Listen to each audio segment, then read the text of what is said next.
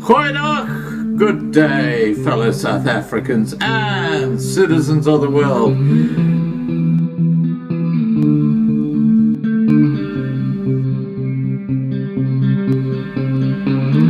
I've been looking around for salvation. I've been looking around for the truth.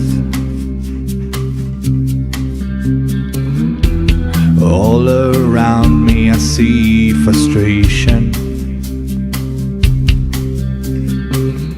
and I looked all over till I found you.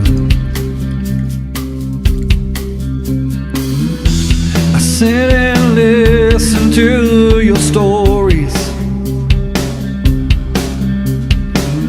and you're telling me, please don't worry.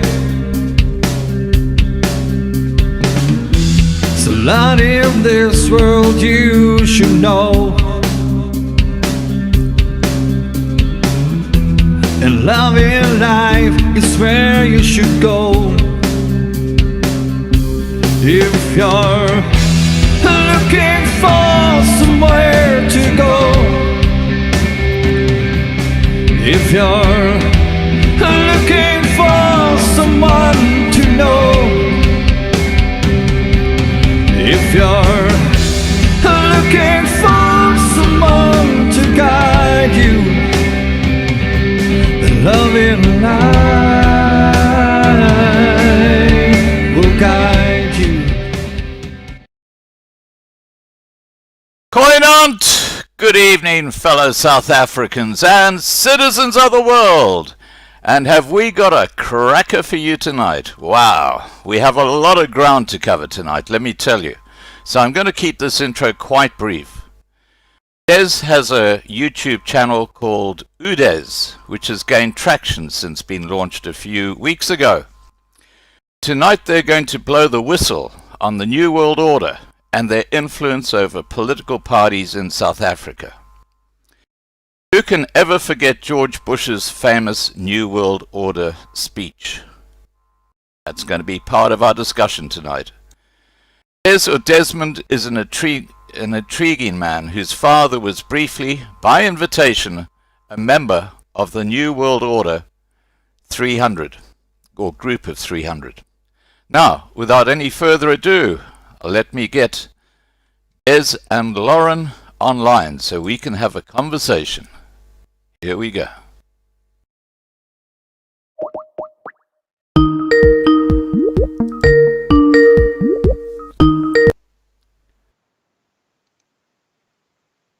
Hi Desmond. Hi Lauren. Yes. There you are. Hi guys. Good to meet you. We've got over 350 people watching right now, so we're going to have a that is awesome. very big evening. Now, I want to start off with a statement. In school, we're painted this picture of a world where we share in a democracy and can thus influence the choice of political leaders who, once elected, will fulfill their promises and act in our best interests. The reality, however, is somewhat different. Desmond, you have the inside story here, which we will get into shortly. And Lauren, you have recently set up a new political party in South Africa, which we will learn more about and why it is different to all the others. But first of all, let's start off with your backgrounds. Starting with you, Lauren, tell us a bit about you. Well, I'm a married mother of 4 kids. I am qualified as a sound engineer, but I haven't been working in the industry for many years. I joined politics in 2014, first as an activist, and then I worked for the Democratic Alliance for a short while. I was also an events officer for Patricia de Lille on her mayoral campaign in 2016. Then after that, I worked for the city of Cape Town, and it was during that job, during that period, that I decided to quit both the DA and my job at the city to start a political party because I could see the political system was just a mess. Okay, we'll get into your political party shortly. Before we do, I'm going to ask you the same question, Desmond. Tell me a bit about your father and, growing up and how you met Lauren. Just briefly go through those things because we'll go into more detail shortly. Okay, well, my was always an interesting person. I did not have the privilege of actually sharing my whole childhood with him because he literally vanished out of our lives for a long, extended period of time. And I know that since I was young, he was an inventor. He was always designing things, and he's won some of the greatest accolades in the world for his inventions. And we can get into that later. Right. But he used to take me as a young boy with him to many of his projects, to many of his meetings, and I used to just listen in to what he was saying. But later on, got involved very specifically after my military service. I got involved in what he was doing, knew exactly what his plans were to a degree. And then later, when I started working in the nuclear industry, that's when I really got a proper understanding of what had happened in his life, why he was out of my life. And, you know, I haven't spoken about this with anyone, what actually caused him to literally disappear from our family's lives. And it's quite a traumatic thing for kids to experience. Yes. But in my later life, I worked in the nuclear industry. I'm a nuclear professional. And I managed to meet up again with him later when he contacted me, and we can speak about that in a while. Right. And that's changed my life forever.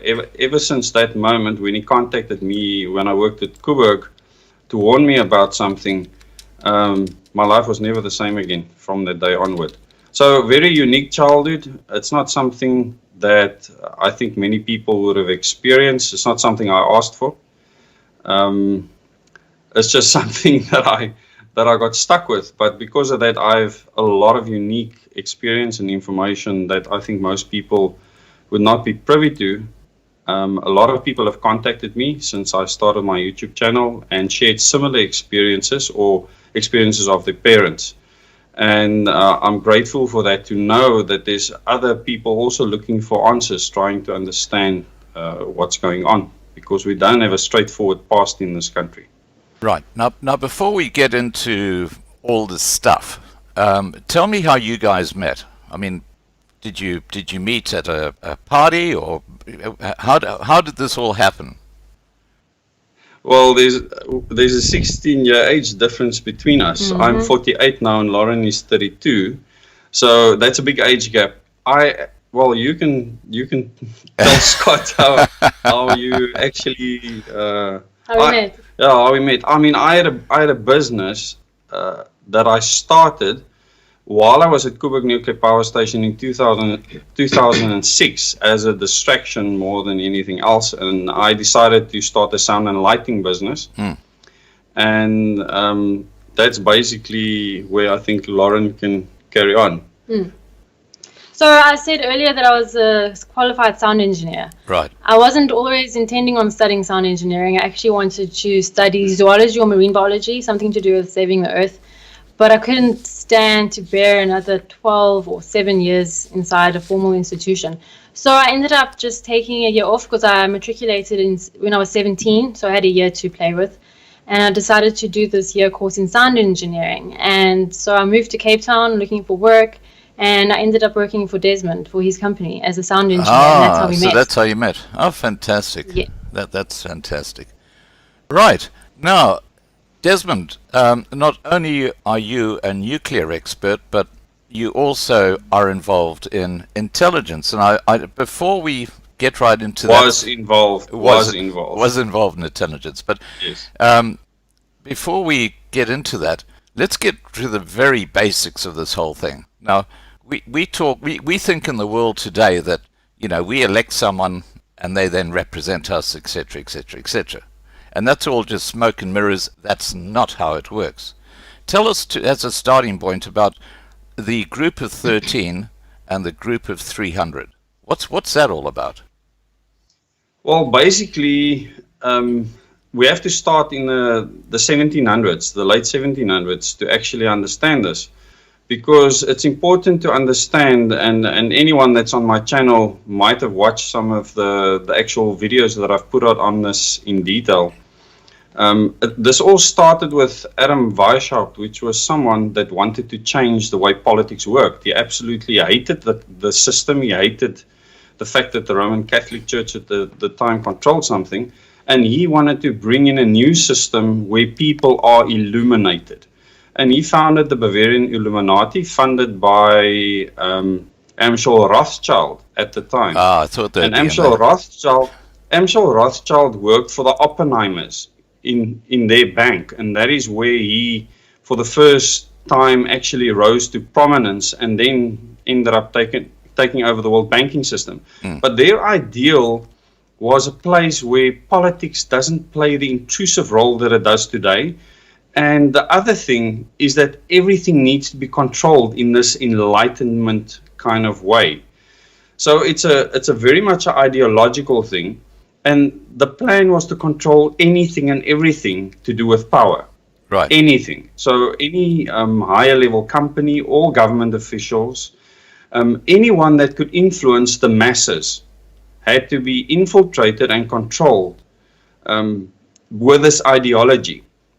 That's why the Illuminati as an organization doesn't exist today. It's far worse than that, because that ideology got spread all over the world, and there were over 2,000 members, paid members of the Bavarian Illuminati when they were founded, that actually went everywhere. And I mean, Amschel Rothschild's 5 sons went on to control many of the economies of the world. They actually went to different countries. Like the UK. And, well, that was just one of them. I mean, one of them went to Parliament, and they were there for 11 years without setting foot inside Parliament.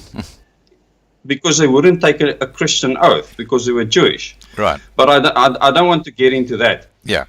The fact of the matter is that control still exists today. That ideal towards illumination, a higher form of living where there's no what they call archaic government control, and where there's this utopian society, and it's a very easy sell to people that don't understand what it's actually about. And I think Lauren can talk about that extensively. So none of our leaders that are in government now, especially with the system that we have the freedom to represent us.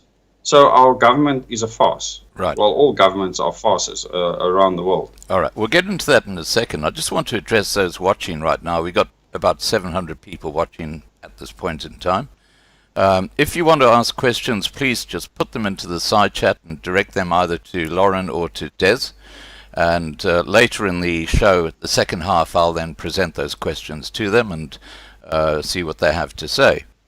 Now, you did ask me about the 300, and oh yes, we'll get about. Let me just finish this, and we'll talk about 300 or 13. Okay, sure. Now, while talking about the group of 300 and the group of 13, I notice in the US dollar note there's this I. Is that the Illuminati at the top of the note?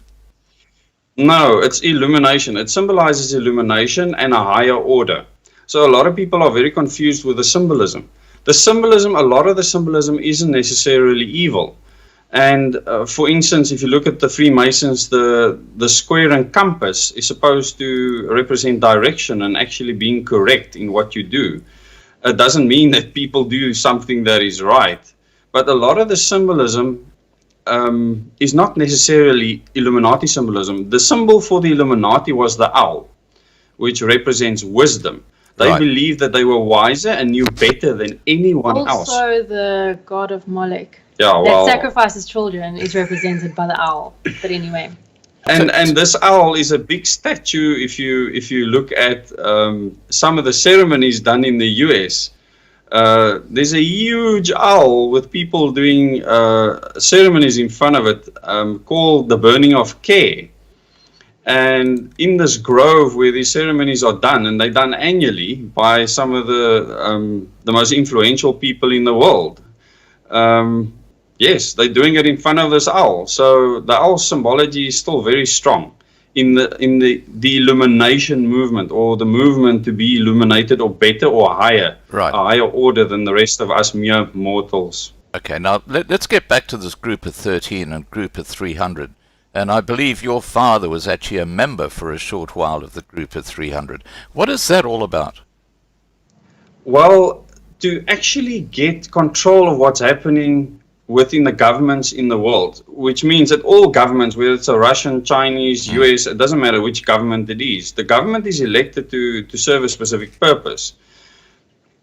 But what the Council of 13, well, remember, that can change, the number can change, okay? So that 13 is representative of a specific time. The Committee of 300 has been set for a very long time. So there's 300 of the most influential people in the world that meet together and they discuss the direction the world needs to take. And the people that come into this committee are influential people. It doesn't mean that they will ascribe to actually what the committee stands for. And my father certainly, after being involved in 1984, actually spent the rest of his life fighting them. Right. Now, does this include people like Bill Gates, Jeff Bezos? Bill Gates is on the committee. Yeah. I can send you a list of the names of the people on the committee. Obviously, some of the people pass on and new people are brought into the committee. The one thing my dad told me that he said, I really need to understand this, that these people absolutely believe they're doing the best for humanity. Okay. They really believe it. They're not sitting in that meeting trying to see how they can ruin us.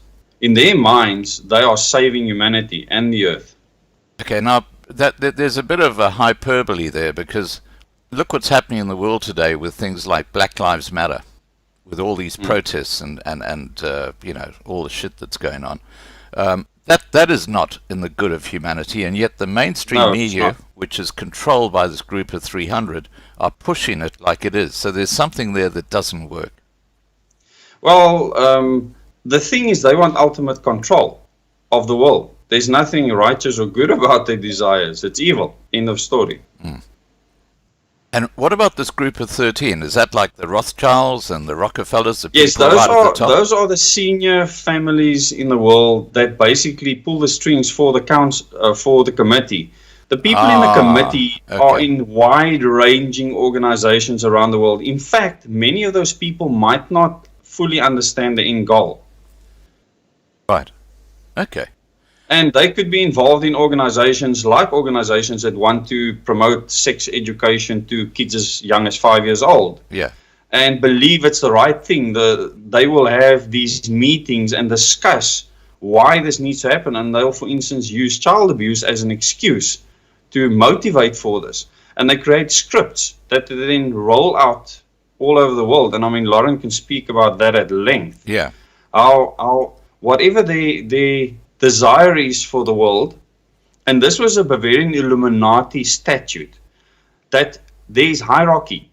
Okay, so these people are at the top of the pyramid. We right at the bottom of the pyramid, and they are telling us what is right for us. They're not giving us a choice, and this is evil. I believe in freedom of choice. Absolutely. So it doesn't matter how they paint their plans. I see through them. My father saw through them, and you know, I came to these conclusions independently. Right. Now, look, before we I start talking to Lauren about her political party, and Lauren, we'll get into that in a second. There's just something I need to talk to you about, so people watching understand why Lauren's doing this. And the question to you, Des, is, who pulls the strings of the major political parties in South Africa? Well, that's very simple. I actually went to a meeting in Parliament when Margaret Thatcher was here. I was in the Air Force at the time and assigned to this function. We drove all the way from Bernardo, myself and another airman, to this event, and I was assigned to the main table, which was a table where Margaret Thatcher was seated.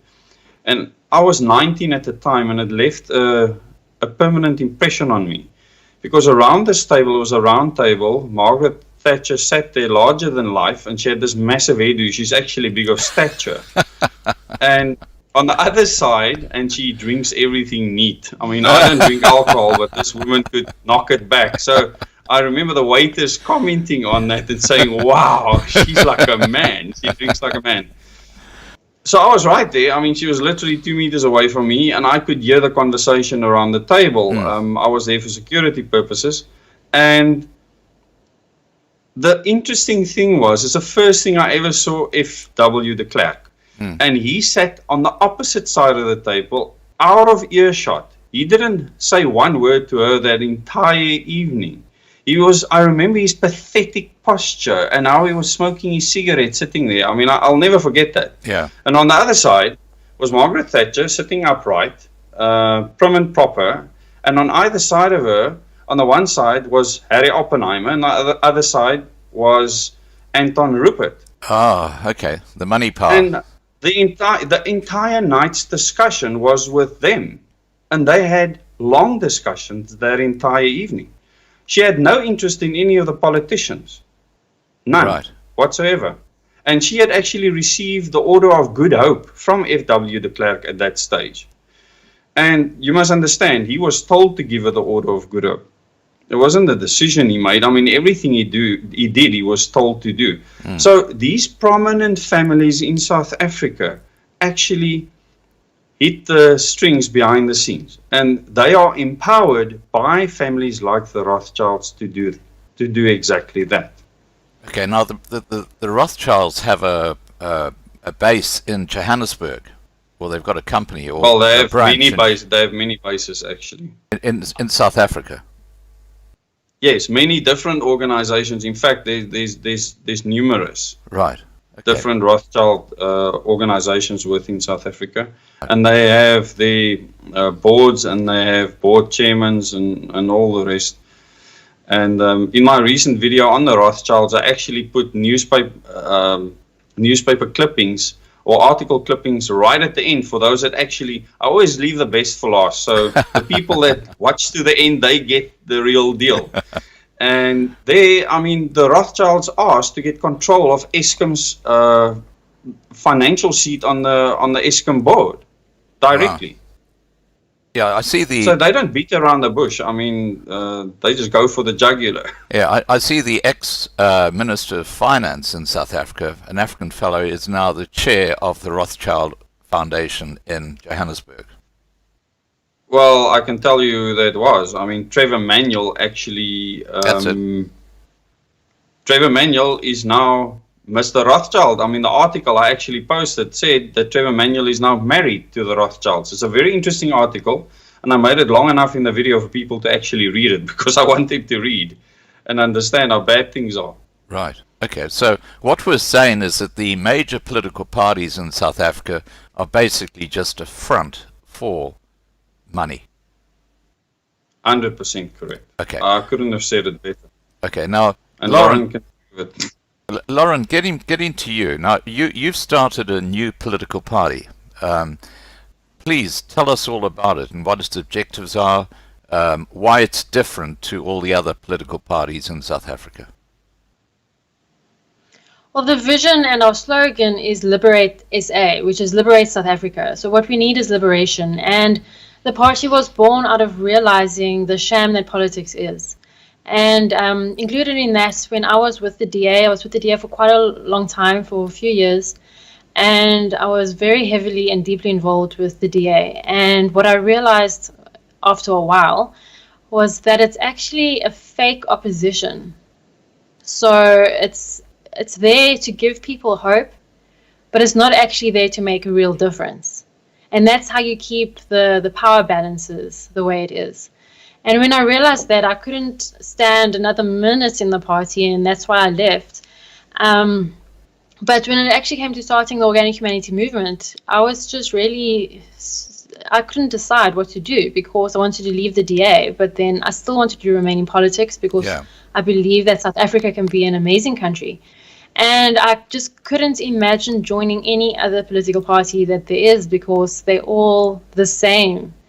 They might have different colored T-shirts, but they don't make any real difference because of the political system. The political system, I fully believe, is a weapon that the UK has given its countries that it once colonized to keep the nation, in check, to make sure that it doesn't get powerful, which is logic. It makes logic sense. You can't blame the Queen for doing that. If anyone wants to keep power, then you're going to make sure that the other countries can't get more powerful than you. And so the political system that we inherited from the UK It keeps people fighting each other, and it keeps the politicians working for their masters and not working for the people. And that's also what makes the OOM different. I realized when I quit the DA to start the Organic Humanity Movement that this party needs to have a very different internal structure and a very different organizational culture. Right. One of the things that holds the country back from progress and holds political parties back from progressing is the toxic culture that exists within the organizations, because it's bred on a culture of lobbying, which means that people don't get into position because of merit. People get into positions because they sucked up to somebody. And that is why we have completely ignorant people and incompetent people with positions of power making decisions for the whole country. It's a mess.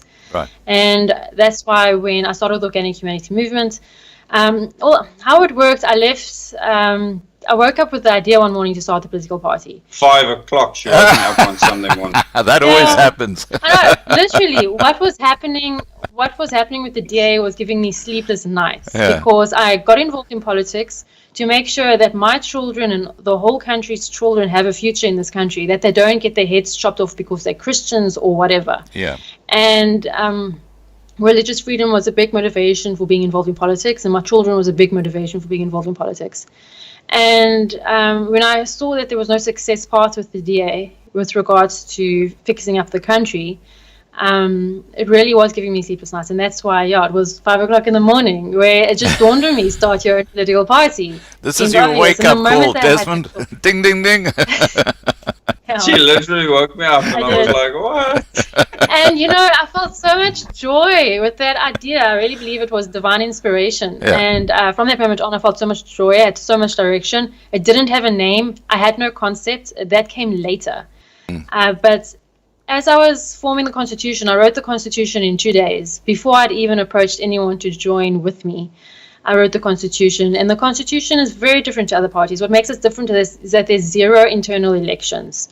So most people don't get to see the side of politics. The DA and the EFF and the ANC and any other party, they have conferences either twice a year or once a year or however often they have it in their party. And at these conferences, people will fight and lobby for position.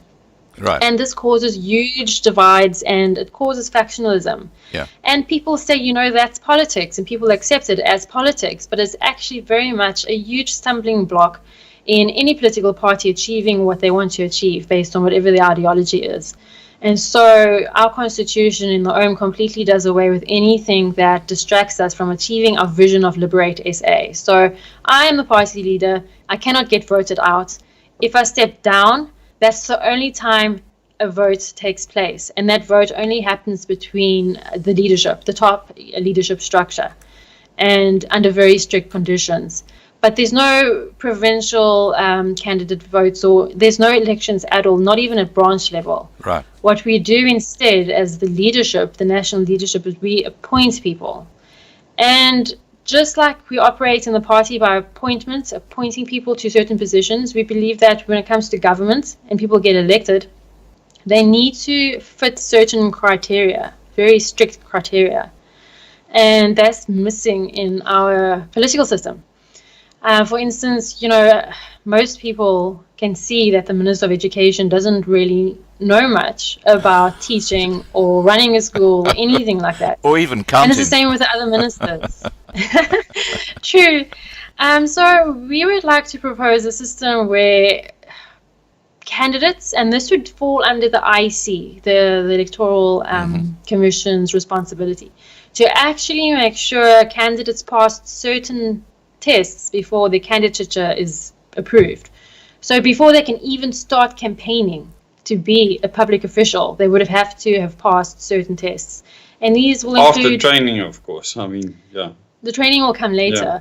The tests will be like basic IQ tests, basic competency tests, and certain psychometric tests to make sure that they can actually perform and function. I have to tell you, Lauren, I just wish they would do an IQ test on the ANC members of parliament, or in particular the ministers. I think that would be a huge eye-opener. Sorry, carry on, back to you. Well, any of the members in Parliament. I've sat in quite a few sessions within Parliament, and unfortunately, it doesn't look very hopeful. In fact, nothing productive happens in Parliament. I remember I was there still when the DA and the EFF walked out, Yeah. and it was probably around, oh, I'm getting tangled. It was probably around 11 p.m. at night. This carried on probably till 1 in the morning, and I stayed. And once the DA and the EFF left, all of a sudden the ANC became quite competent and productive and got on with business and started going through the agenda. Before the ANC and the EFF, before the DA and the EFF left, they had not even started on the agenda yet. Wow. So what was happening with all the parties there was that there was just bickering and waste of time happening. And then once they left, the ANC got down to business. In fact, I think the ANC is the most competent party there is out there. They know politics. They understand politics. God the DA help doesn't us. understand politics. God help us. The DA probably does to a degree. But then the parties, besides those three parties, there are 13 parties represented in Parliament. And I can't say any of the others really know anything about politics because they haven't grown properly. Right. And I think, they're giving us false hope. And until they start speaking about real politics, they have no business being in politics. They're there really just to earn a salary. They're a bunch of bench warmers. And they're not doing the country any good because people think that just by voting they can make a difference. And it's not so. Right. We don't understand what democracy is. And that's the biggest problem. We think democracy begins and ends at voting, and it's so much more than that. Yeah. And that's why what's happening now that the Constitutional Court has declared the Electoral Act unconstitutional. It's a huge victory. It's a step in the right direction. There's still a lot more things that need to change. But but to be able to elect candidates will change a lot. It will really help us. Now, Because we can hold them accountable. We can hold individuals accountable. We can't hold the parties accountable. can you just repeat the name of your political party? It's called the Organic Humanity Movement. Okay, the Organic Humanity Movement. Now, you mentioned about the bickering that goes on in parties, and we had an example of that just recently between Helen Zille and Muzi Mizamang, I think his name is, for the ex-Johannesburg mayor, who's left in a huff and set up a new party. Is that the sort of thing you're talking about? Yeah, similar. I mean, when I was involved in the DA, I think the factionalism was at its highest, at its roughest. But yeah, it is things like that. It's really ridiculous. It's petty. I'm the kind of person that's friends with everybody and speaks to everybody, but within the party, one side would be upset that I'm speaking to the other side, and vice versa. And I really haven't got time for those kind of high school games. Yeah. We're supposed to be, I got involved in politics to fix the country's problems. Right. I want to solve the country's problems. I think I'm a problem solver at heart. And they weren't interested in solving problems. Yeah. So it's a waste of time. And I hate wasting the time. I get that. It doesn't actually serve their purpose. No. People have to be kept in poverty and ignorant for the New World Order ideology to take shape. Well, good governance is bad for business. And that's what we're stuck with in South Africa. That's why the ANC have done so business. well with their corruption. Well, yeah, it's business. Business, yeah, for them. Business is not corruption. No. And the thing is, good governance is also bad for the politicians because the more a country progresses, the less we need government and the smaller government will become. So they need us to have social ills and poverty and problems. They need it to stay relevant. So it's really a vicious cycle of annihilation. Right. Okay, now I want to turn back to you now, Des. What was your role in intelligence? Well, when I got involved in counterterrorism intelligence, my role, and obviously I have to be very careful what I actually mention to you. My role was basically the key person behind a specific project. And I will mention the project because I'm not sure if the project is still running. I don't think they could run it without me. Right. It was called Operation Warrior. And it basically looked at, I was the key to this because I had access to my father, who wanted me to have intelligence on anything and everything I could think of at the time. He believed in intelligence gathering. And what we had to try and do is stop places like Coburg and dams from being blown up, literally, by extremist groups.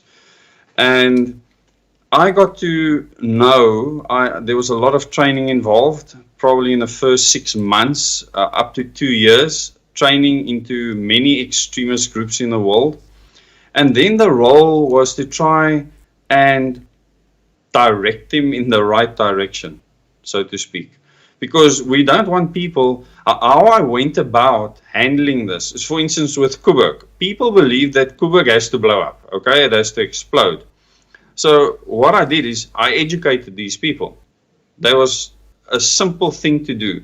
You don't have to go and arrest people or incite them to cause anything bad. But there were people actually building bombs on farms outside of Coburg that wanted to blow up pylons. All because of one man's stupid translation.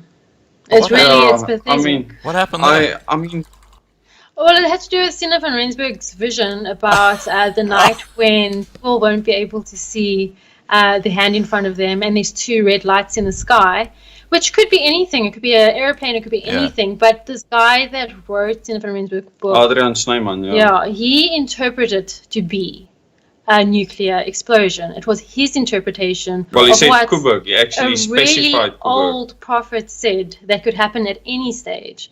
And then obviously right-wing groups want to have a field day with these kinds of things. And I honestly think it's those elements. I believe poverty is South Africa's biggest problem, but so is extreme racism. Right. And these right-wing groups are the biggest threat to South Africa's success. And they are really, they want to achieve something that is good for them and their people. But it's the worst thing for South Africa when you consider the international threat of global tyranny. They have no idea what they're doing. They have no idea what's at stake. When you look at what the UN wants to do to our country and what the UN is doing to our country. Right. It's a very narrow-minded outlook, and this is very problematic because you have to look at the big picture.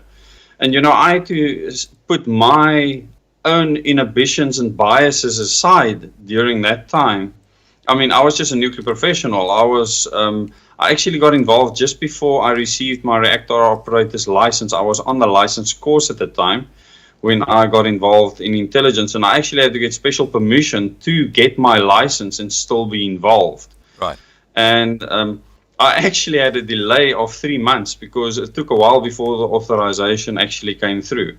And on my walkthrough exam, I actually had to throw a question to make sure that I would have to be delayed without anyone knowing what was going on. So I remember it was a Freemason that did the walkthrough exam at the time. Very, very awesome man. And he was one of our instructors. And he asked me what the emergency telephone number in the control room was. And I'll never forget this. I'm not going to mention the number now, but it starts with a 4. And I said, I can't tell you what the number is. And he said, Desmond, do you really want to do this? And I said, yes. I cannot tell you what that number is. And I knew at the time that I wouldn't fail, but that I would have to undergo retraining at the time. So I had to wait back 3 months later. I got, actually a month later, I got approval, and I basically was punished by having to fix up some paperwork for the National Nuclear Regulator, who actually issues the license. I was taken on a subsequent walkthrough again by someone from the National Nuclear Regulator and passed with flying colors. Yeah. So it's affected my life in a big way. And the thing is, the people I worked with, the first thing I have to say is I had huge problems with people like the National Intelligence Agency. So I've never had anything to do with them except hassles. And I've had to counter many of the nonsense that they've actually caused, especially with the Rota incident at Coburg.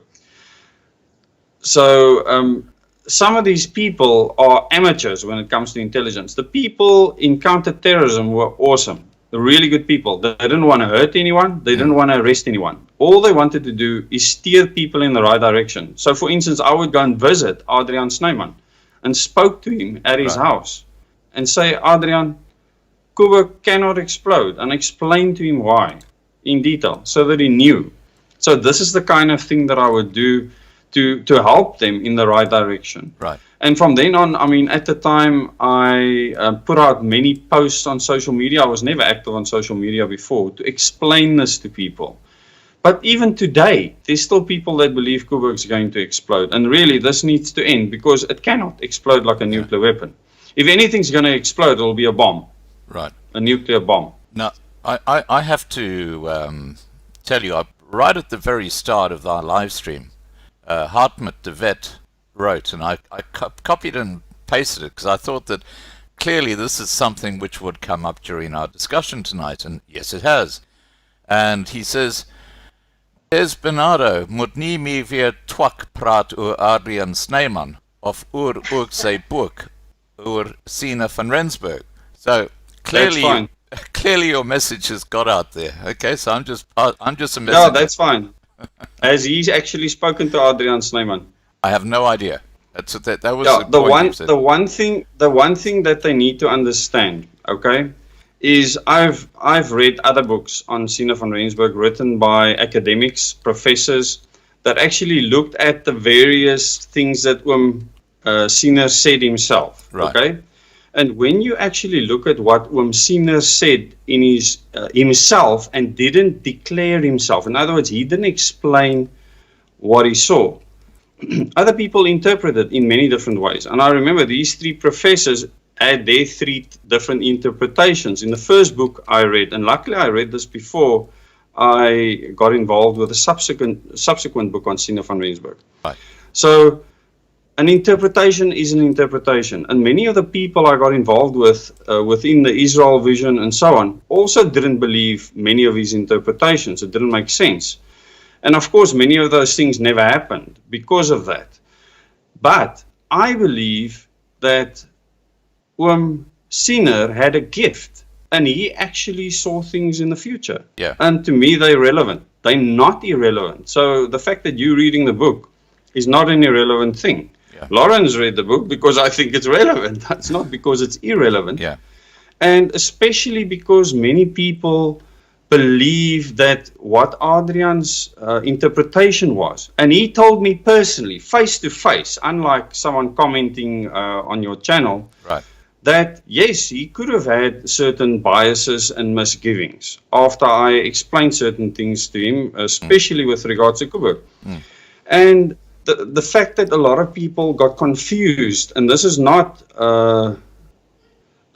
Mr. Snyman's fault, that people got confused between other prophecies, Mother Shipton, Johanna Brandt, for instance. Remember to study these things in detail. Right. And meet with the people that was involved, family, friends, members. I mean, I had to become the foremost expert in the country on this topic. So there's many things I'm not telling you right now, and I don't want to because I can't get other people involved in this discussion. Right. If that makes sense. Yeah. I mean, I have to be sensitive to many other people in what I'm allowed to say. But what I can say is that anyone that says that book is a perfect interpretation is an extremist of thought, because it was a person's interpretation. It was clearly written with an agenda. And I want to turn back to you, Lauren, because just a short while ago you said that the worst type of people in South Africa are extreme right-wing people. Now, I would like you to define that, because I'm kind of seen as a right-winger because I believe in protecting the white culture, and I think there is something there that needs to be protected. And Okay, well, I just a thing on culture. That's something the United Nations is trying to kill. And what gives South Africa its strength is its diversity in culture. So I do believe that every single culture really does need to protect the culture, the heritage, and the language, because all of it is special, all of it is part of history, and all of it does need to be kept. And the fact, well, the UN cannot have any room for culture. They need a one world government with a one world religion, with a one world economy. That's what they're working towards. So culture is our tool to success and our tool to freedom. When I say right wingers, I'm talking about racists and right wingers who discriminate against people because of the color of their skin or even because of their culture, and people who believe they're superior to other people because of who they are. Anything like that is a complete and utter, it's actually a dangerous thing. It's dangerous for the future group to gain prominence who believes that they are superior to any other group. And it's also ungodly because a lot of these right-wingers, and even in America, they claim to be Christians. Meanwhile, they forget the teachings of Jesus Christ himself and who he walked with and who he talked with when he was on earth. And we really need to do everything we can to speak out against racism and to make sure that these right-wing groups get no traction in this country. So the ideology is dangerous. Preserving culture, Afrikaans culture, is very important to me. Right. I'm Afrikaans. So that is crucial, that cultures are preserved, because like Lauren says, that is fighting the United Nations, who is just a New World Order agency, and everything they're trying to do in our government. It has to be fought. And anyone trying to take any cultural rights away are New World Order agents, and it's bad news. And obviously the left, and especially the extreme left, has a huge role to play in taking away those rights. But aren't the extreme they're left, a problem. Aren't the extreme left racist? Because if you take this big 100%. movement called Black Lives Matter, and if you dare suggest all lives matter, they go and beat people up. I mean, to me, that's But a you clear... also need to look at the history of South Africa. You need to look at the history of South Africa, and I don't think organizations like BLF would exist if white extremists didn't exist. The fact that there are such racist themes within our country, the fact that there are such, white privilege, which I do believe in, even though it's considered a leftist thing. If it wasn't for that white right-wing element, organizations like the BLF wouldn't exist. We wouldn't have those things happening. We wouldn't have so much anger and hatred towards the white population. Right. Now, so in a way, the extremists are digging their own grave by being who they are. Right. We need to embrace, like the organic humanity movement, for instance, we want to do away with race classification. So we'll never mention black, white, colored, or any other anything that differentiates a person by their race. Because when you talk about race, then you ignore culture. And we're very strongly passionate about getting rid of racial classifications, and we envision a country where race really doesn't matter. And the problem is that certain but culture people does. Yeah, I think this is a grey area that people don't really understand or get, and I can understand why they get confused. That's a huge roadblock in South Africa's progress, not actually addressing these issues. Let me just explain to you what I'm talking about. What I'm talking about is that if I can use the word nationalistic, in other words, protective over your culture, that is automatically associated with being right-wing. Now, you're saying that that's not the case. If you're protecting your culture, that does not make you a racist. Now, I want to just add to this, because in recent days I have seen so many examples of black people attacking white people. And there's even a video out where this white woman is made to go and kiss the shoes of black people as a form of submission. Now, the latest video I saw was a 92-year-old white granny in the Bronx in New York, who was just walking down the road, and this African walked the other way, and he just swiped her and knocked her onto the pavement. And apparently he's a serial criminal. He's got over 100 arrests, and he's about 30 years old. But none of these horrific events that are happening are being touched by the mainstream media. But then you look at the mainstream hang on, let me just finish my point. Thing. Let me just finish my point. And then you get George Floyd, who has a criminal record. Yes, the wrong thing happened, but now you have, as a result of that, these protests all over the country saying Black Lives Matter, Black Lives Matter, Black Lives Matter. If you dare say, as I said, all lives matter, then you're in the shit. And then you look at what's happening with the the blacks attacking the whites and the media just ignoring that. And the farm deaths in South Africa. Nothing, the tortures, the things are gone. The media don't touch it. Please explain that to me, Lauren. What's happening? What's going on? I can't speak for the media, and I care nothing for the media. I don't watch the news. Sometimes I update myself on things that are happening. I really don't care about the mainstream media, but the one thing that is a problem is that we're addressing people as either African or white or whatever. Evil things happen. There are evil people that do evil things, and I know a lot of white people that have done evil things, and it has nothing to do with the color of a person's skin. And we also need to address why there's so much anger towards the white community if we want to talk about color. And unfortunately, there is a lot of injustice, and there's a lot of injustice in this country, and a lot of people living tragically terrible lives because of poverty, which was perpetuated by the apartheid government. And it's because white people won't even acknowledge that they are born with some kind of privilege because of the situation in South Africa. And I sympathize with people that are joining these Black Lives Matters protests, irrelevant to the fact that maybe the mainstream media or certain groups are using it as a tool. That's irrelevant. It's a conversation we need to have based on history across the world, and also history in South Africa and history in America. I mean, where they had slaves. There's been so much injustice across the world that has been wrought against people of color.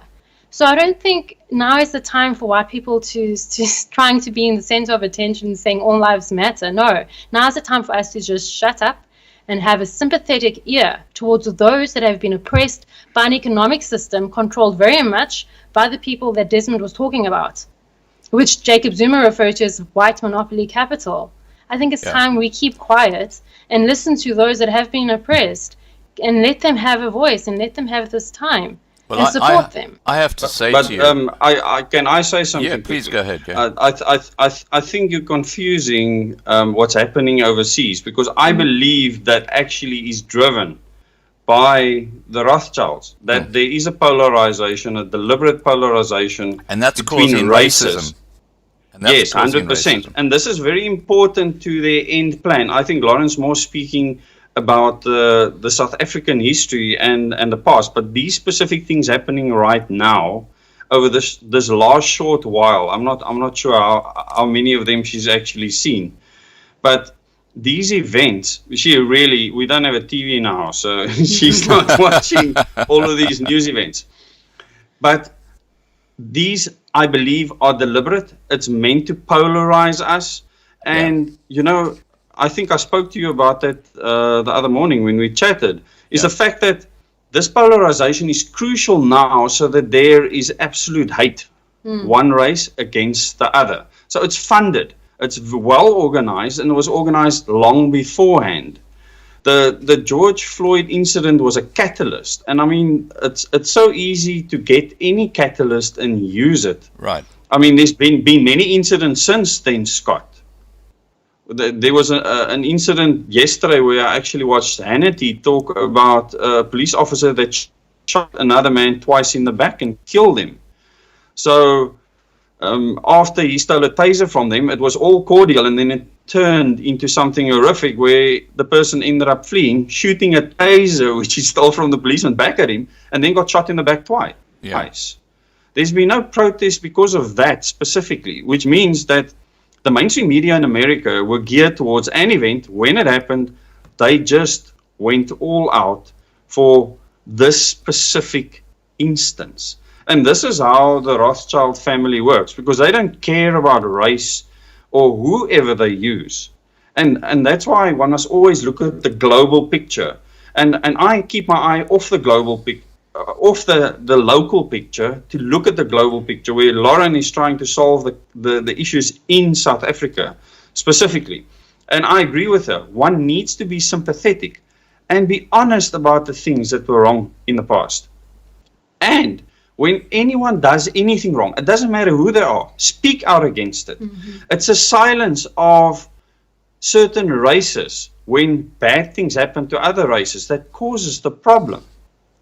Do you understand what I'm saying? I when do, people but see this, I do think that the media are the ones who are causing the racial divide. I don't Well, think it's, they I are don't think both, it's the and communities. you're 100% right.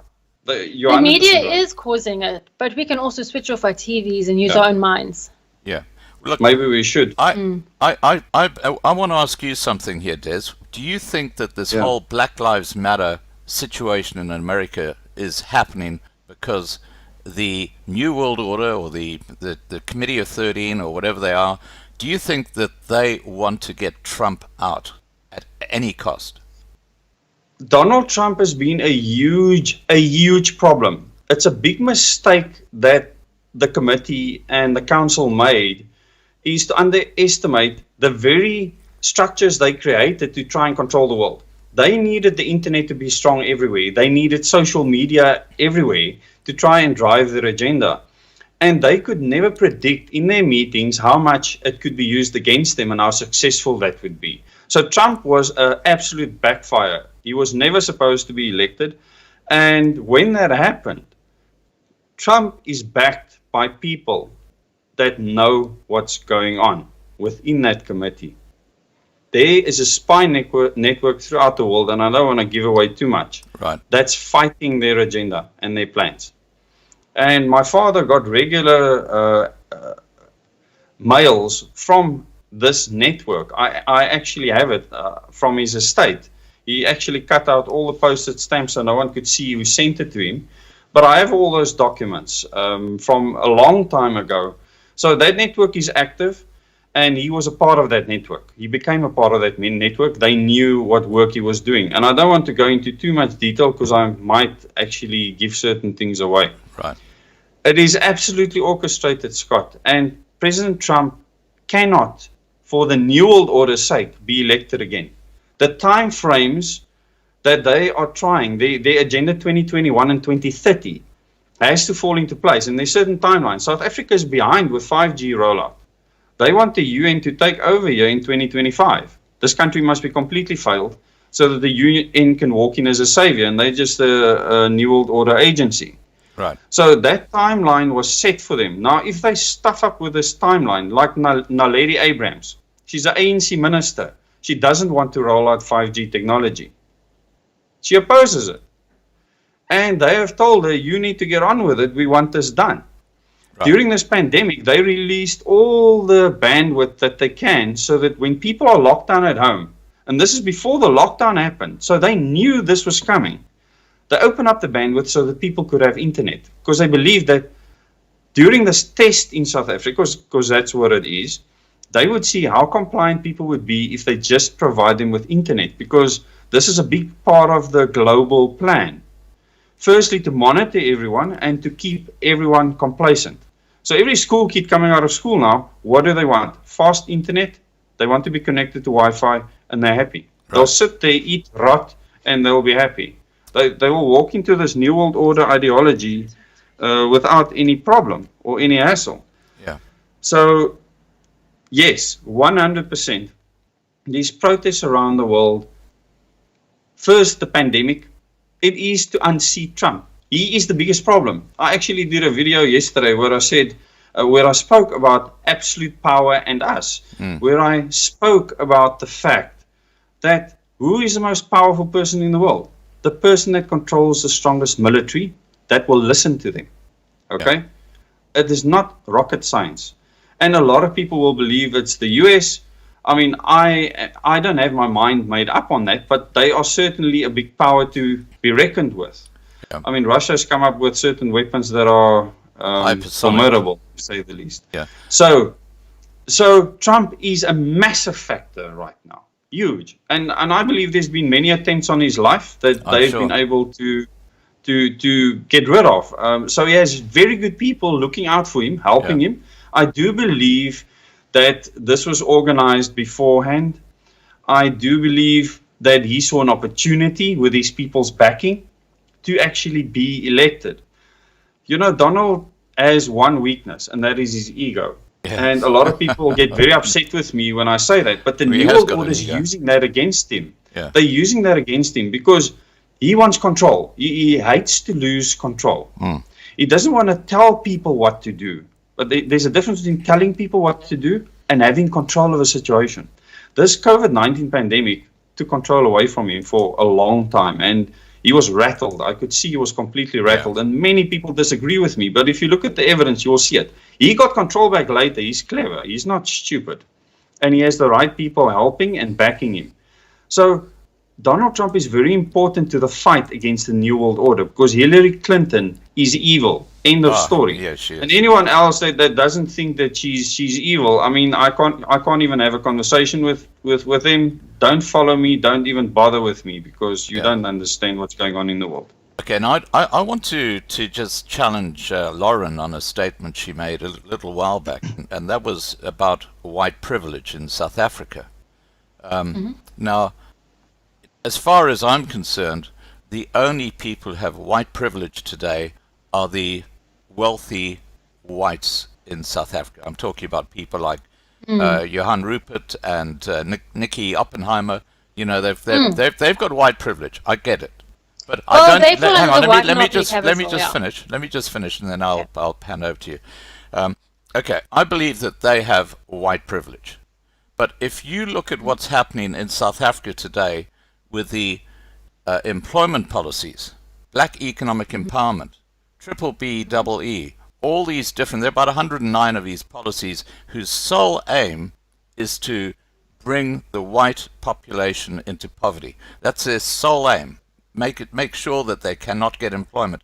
And then at the other end of the scale, since 1994, what has happened in South Africa is the ANC elite have enriched themselves. You know, they have used triple B, double E, and BEE to make billions. Ramaphosa is I'll get to you. I'll give you a chance in a second. Ramaphosa is a classic example of that, to the detriment of the wider black African population who live in abject poverty today in townships. These guys don't give any they have absolutely no interest in the status of the rest of the African population in South Africa. All they're about is enriching themselves. And this is where the corruption comes in. This is where these racist policies come in. So I'm challenging you about white privilege, because I don't believe 99% of the white population in South Africa, 26 years after democracy, are enjoying white privilege. I speak to so many people who are in squatter camps. They're starving.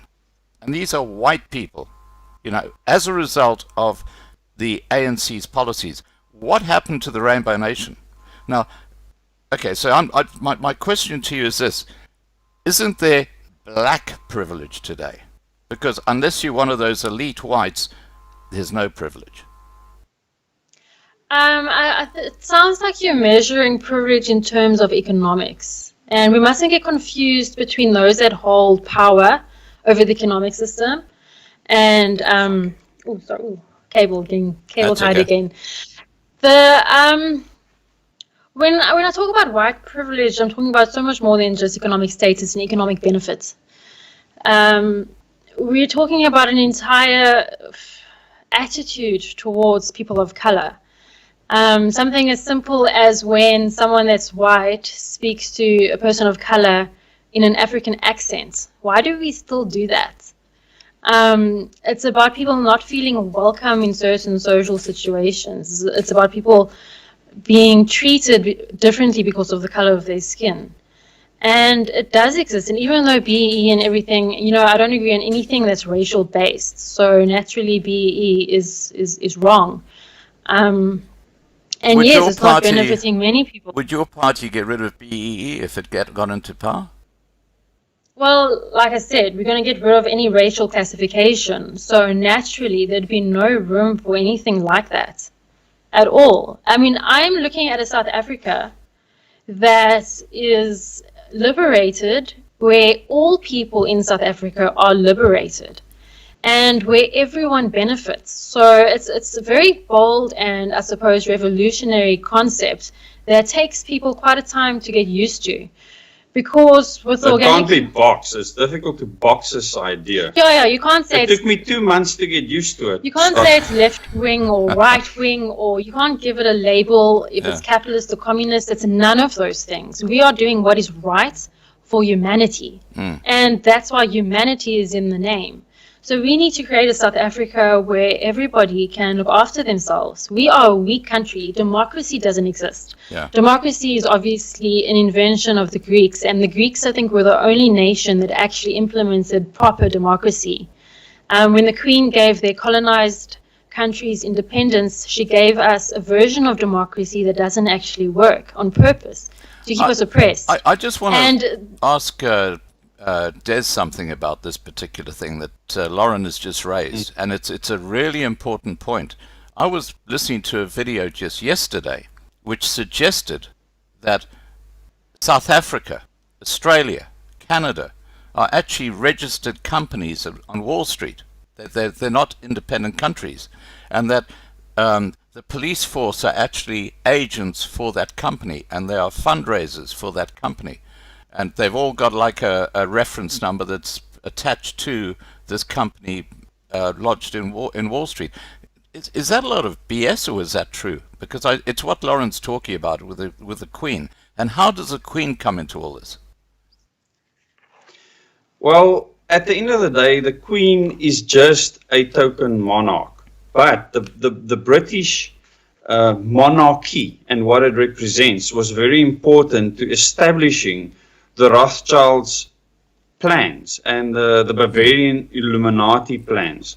So one mustn't get confused between someone that believes that they are illuminated and someone that's actually ascribing to the ideals of the Bavarian Illuminati, which was a real organization with real statutes that actually recruited people out of the Freemasons. Now we know Scottish Rite Freemasonry is rife throughout the world, especially in South Africa. I mean, our parliament is built on Freemason land. There's a temple right to the left.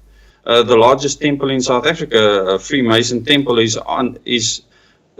parliament is built on that temple's grounds. And there's tunnels linking parliament to the temple. So everything around the world. That's in Cape Town. That's in Cape Town. Wow. Yeah, and I will still do videos on that so the people can actually see this for real. I mean, this is not rocket science. Many of the people that worked with me at Koeberg that were Freemasons attended meetings there.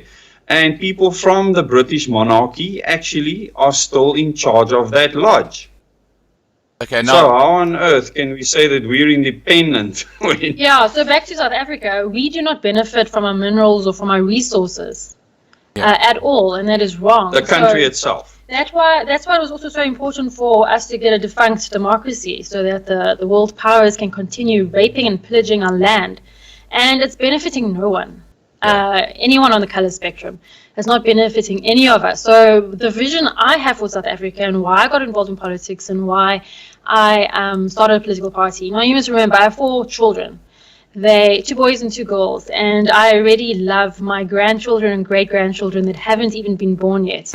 I think in terms of hundreds of years. I don't think in terms of 5 or 10 years. That's too short. I think in really long terms. And I envision a South Africa that's an independent nation. Now, you don't get such a thing anymore. You don't get an independent nation with a military anymore.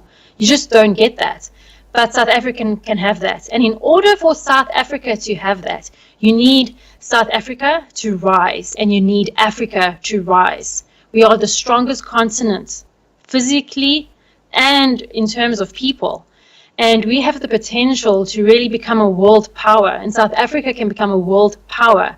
We can tell the rest of the world how it's going to be. But right now, we are victims and we are being raped by other nations. And it's wrong.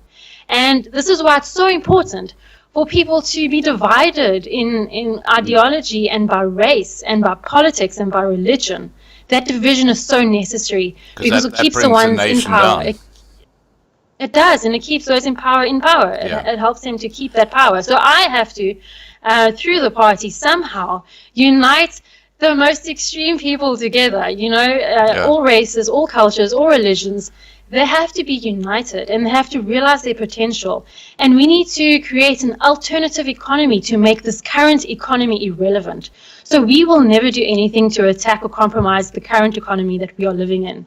Now, But we Lauren, want to create a parallel economy. Yeah, now, And that parallel economy will give people living in poverty dignity and ability to survive, and not just survive, but to thrive without needing a job. I remember Jacob Zuma once said in an interview, and everyone laughed at him, our people don't need jobs, they need land. And He's 100% right. He's 100% right. I agree with him fully. And very much what we want to do is make sure that South Africans have access to land, that all South Africans, regardless of race or culture or financial position, that all South Africans have access to land. And when I say land, I don't mean big farms or whatever, I mean a plot. Big enough for you to live a self-reliant lifestyle. Okay, now so you're can not I- dependent on the economy. I need to ask you a question about land. Do you agree with this expropriation without compensation? I think it's a strategy to distract us from the real conversations. Yeah, but And I'm it's a asking you, do you agree it's with a strategy it? to distract us. Do you agree with it? Land expropriation without compensation? No, of course not. Okay, I just Um, want to clarify that because it's a huge issue in South Africa. I wouldn't say it's a huge issue. Politicians have been No, talking it's a about it distraction, forever. that's all it no. is. Because of who controls the country, it's never going to happen. You're going to get politicians promising people it's going to happen, but it's not going to happen. And unfortunately, I think organizations like the BLF realized that, and that's why they sprung up, because of white monopoly capital. That's why they left the EFF, because they But know the EFF won't do anything. They as well have been neutralized. So again, people in poverty, which is over 55%, in poverty, meaning a large portion of that live in poverty cannot afford to buy enough calories per day to Right. live, which is so wrong. There's nothing to help them. They have no hope. The ANC is not going to help them. The EFF is not going to help them. The DA is not going to help them. They have no hope. There's no one fighting for the poorest of the poor. And that's where the organic humanity movement comes in. We want And to no govern. colours involved in that statement. No. That's the Right. thing. We Now, want to can I- govern from the perspective of the most vulnerable citizens. Now, That's how governments I operate. want to get into that because one of the projects you're involved in, Lauren, is the education system in the New World Order. And Well, you've yeah. got a hashtag, Leave Our Kids Alone. Can you tell us about that? What's that all about?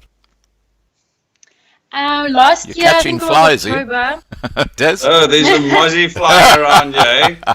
we have a A black mosquito budgie. problem. Yeah.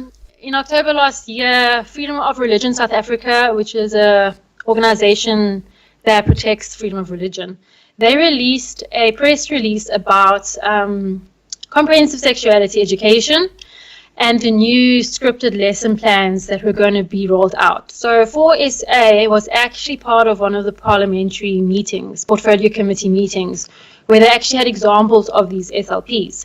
Now, comprehensive sexuality education has been part of our curriculum or school curriculum since the 2000s, and most parents, including me, did not know that. And it was kept, I suppose, secret almost, because it's part of the life orientation program, and it comes from the UN, it comes from UNESCO, and they have the comprehensive sexuality education guidelines, and they're rolling it out in all developing countries. And in fact, in some African countries, they don't even get books, they do it online. So when they go home, there's no evidence that they were taught any of this. And the sexuality education is not appropriate It's for disgusting. young children. It's disgusting. Yeah. I've heard about it, yeah. It's shocking. Yeah, it is. It is absolutely shocking. It's way too graphic. It introduces children to concepts they should not know about. Well, it And the questions their justification- sexuality when they're about 6 years old. It says it's okay to feel like you're a girl if you're a boy when they're Yeah. about 6. I mean, that is just out of the park. That's ridiculous. What's worse is the case studies where they actually describe in detail Oh, no. a fictional situation. And children have to read this and discuss this among their peers in class, In groups. often in groups. And it's horrible. We cannot put our children through that. So the government has justified it saying, but children are being exposed to things through social media and being exposed to things at home. But that doesn't mean that we should be teaching it at school. Yeah. If children are exposed to sexuality at home, then remove that child from their home. Yeah. Don't reinforce these concepts at school. So I've started Leave Our Kids Alone to oppose CSE. After a few months, we have reached a point where the SLPs are no longer compulsory. So Angie was saying that teachers are going to be disciplined if they don't teach from it, and now they state that it's not compulsory anymore. But for me, that's not good enough. Yeah. Angie Motshekga, the Minister of Education. For me, I want comprehensive sexuality education completely out of our country, but I'm afraid it's probably going to take a new government to achieve that, because I believe the UN should get out of our country. Yeah. They have no place here. They have everything we need right here. I have to say to you, look, I'm an old fart, okay? So I grew up back in the 1960s, and the first time I heard about sex when I was like 10 or 11 years old, and it was a whole new concept to me. I was, obviously I was starting to, grow up, and the way they taught it back then, it was like the fellow who was teaching you had never been in a relationship, because he basically didn't know what the hell he was talking about. And it was like this very clinical description of da-da-da-da-da. And, I grew up as a normal kid. I had great relationships. I didn't have to have someone stuffing something down my throat about, you've got these options of, being a lesbian or, being transgender, or you can do this, that, and the other. I mean, I just think that confuses kids. And in America, I believe they actually get the boys to come on some days dressed in pink, and they play with dolls, and they get the girls to dress in blue, and they play with the boys' toys. They actually do that. It's just crazy. Yeah, it's There's far worse happening, actually. There's a lot Far worse. worse than that. It is horrible. And actually, I know. Obviously, parents have to get to a point where they have that conversation with their children, or the cable. But I don't believe a child has to get taught that, because biology will look after itself. Absolutely We are it will. designed to repopulate the earth, are we not? Yeah. And if we just let our natural instincts take their course, we don't need to have these lessons at school. And it's sad that children's minds are being poisoned as we speak in this country, and it's been going on since the 2000s. And actually, what makes it worse is that a lot of those kids, I went to a private Catholic school, so I missed CSE, but a lot of parents that are my age went through that. And because they went through that education, they believe it's fine, Right. when it's not. So they've already been indoctrinated by the state, and they've had children, and their children have been indoctrinated by the state. Including new teachers in the schools now who've been through this education. Yeah, conservative Christians. Conservative Afrikaans Christians. Okay, It's now, crazy. now what I want to There's no do logic. is I want to shift back to you, Des. Des, Yeah. right at the very start, we talked about your father and his inventions. Yes. Tell us about that. I know it's a totally different subject, but let's get that into the live stream. Yes, he actually he won a prize, well, a few prizes for. I know the one trophy that he won, and it was at the Geneva Patent Show in 1999, and the South African government actually sponsored them going overseas, the Department of Trade and Industry, and he won a prize for the best invention for the betterment of mankind. And What was it? Lauren's. That's our earpieces. Yeah, there's the little cable hanging here. Lauren is fidgety. She's got ADHD. ADHD, all that, whatever nonsense they call that. Right. I don't believe in that nonsense. You just need a good beating and it'll sort you out. I'm also old school, Scott. So the age gap shows she's from a different generation. Yes, and it I makes think, it very interesting. But I think what that does is it actually gives us perspective on both sides of the coin. And getting back to my father, he invented a motor that can run on water. And that was the one that someone bought the patent or something like that, and then they No. stuck it away? Someone wanted to actually buy the patent An oil for $50 company. million US. Right. And my dad, I actually have it. He scratched it out and said not applicable. That's the kind of person he was. So what happened Because to it was an his- oil company trying to buy it out. I bet. What happened to that invention? Well, my dad gave me very strict instructions should he die. He actually told me 2 months before his passing that someone might visit him and when that person visits him, he's going to put on a little tape recorder to record the conversation in case anything should happen to him. Right. And I'll never forget that. And I just one day got a phone call. It was a Sunday to say that my father was found dead. And the Monday got on the plane, took my entire family up country. There were 3 different versions of how he was found. One that he was found outside the house, one that he was found inside the house, one that he was found inside the bed. And there was a window broken just to the outside of his bedroom window. He told me that if he should die, I should leave everything for 6 years. Literally, an instruction.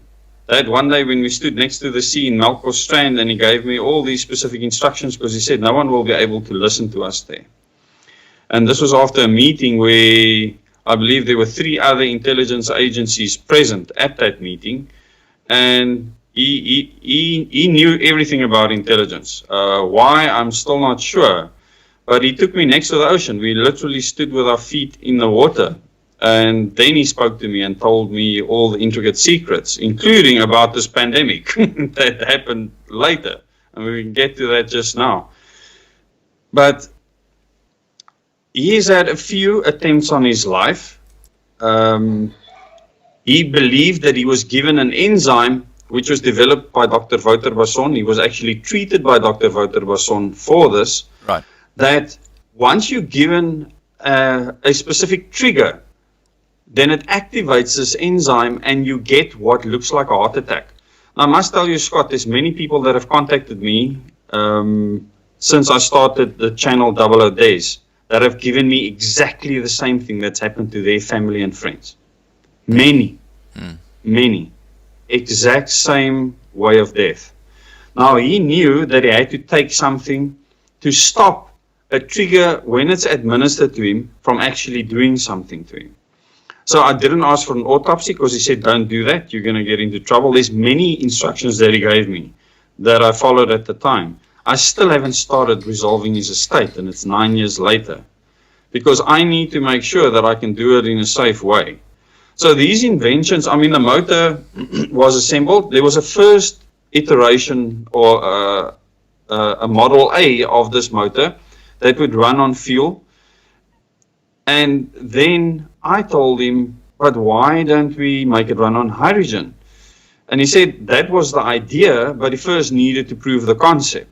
So once he'd proven the concept, he actually did that in the time when I was in the military, where he fetched me on the parade ground that I'll never forget it. He walked in with a lieutenant, the drill lieutenant, and fetched me on the parade ground. I don't know how he knew that I was at the parade ground. It's the first time I'd seen him in 10 years. I was flabbergasted. Right.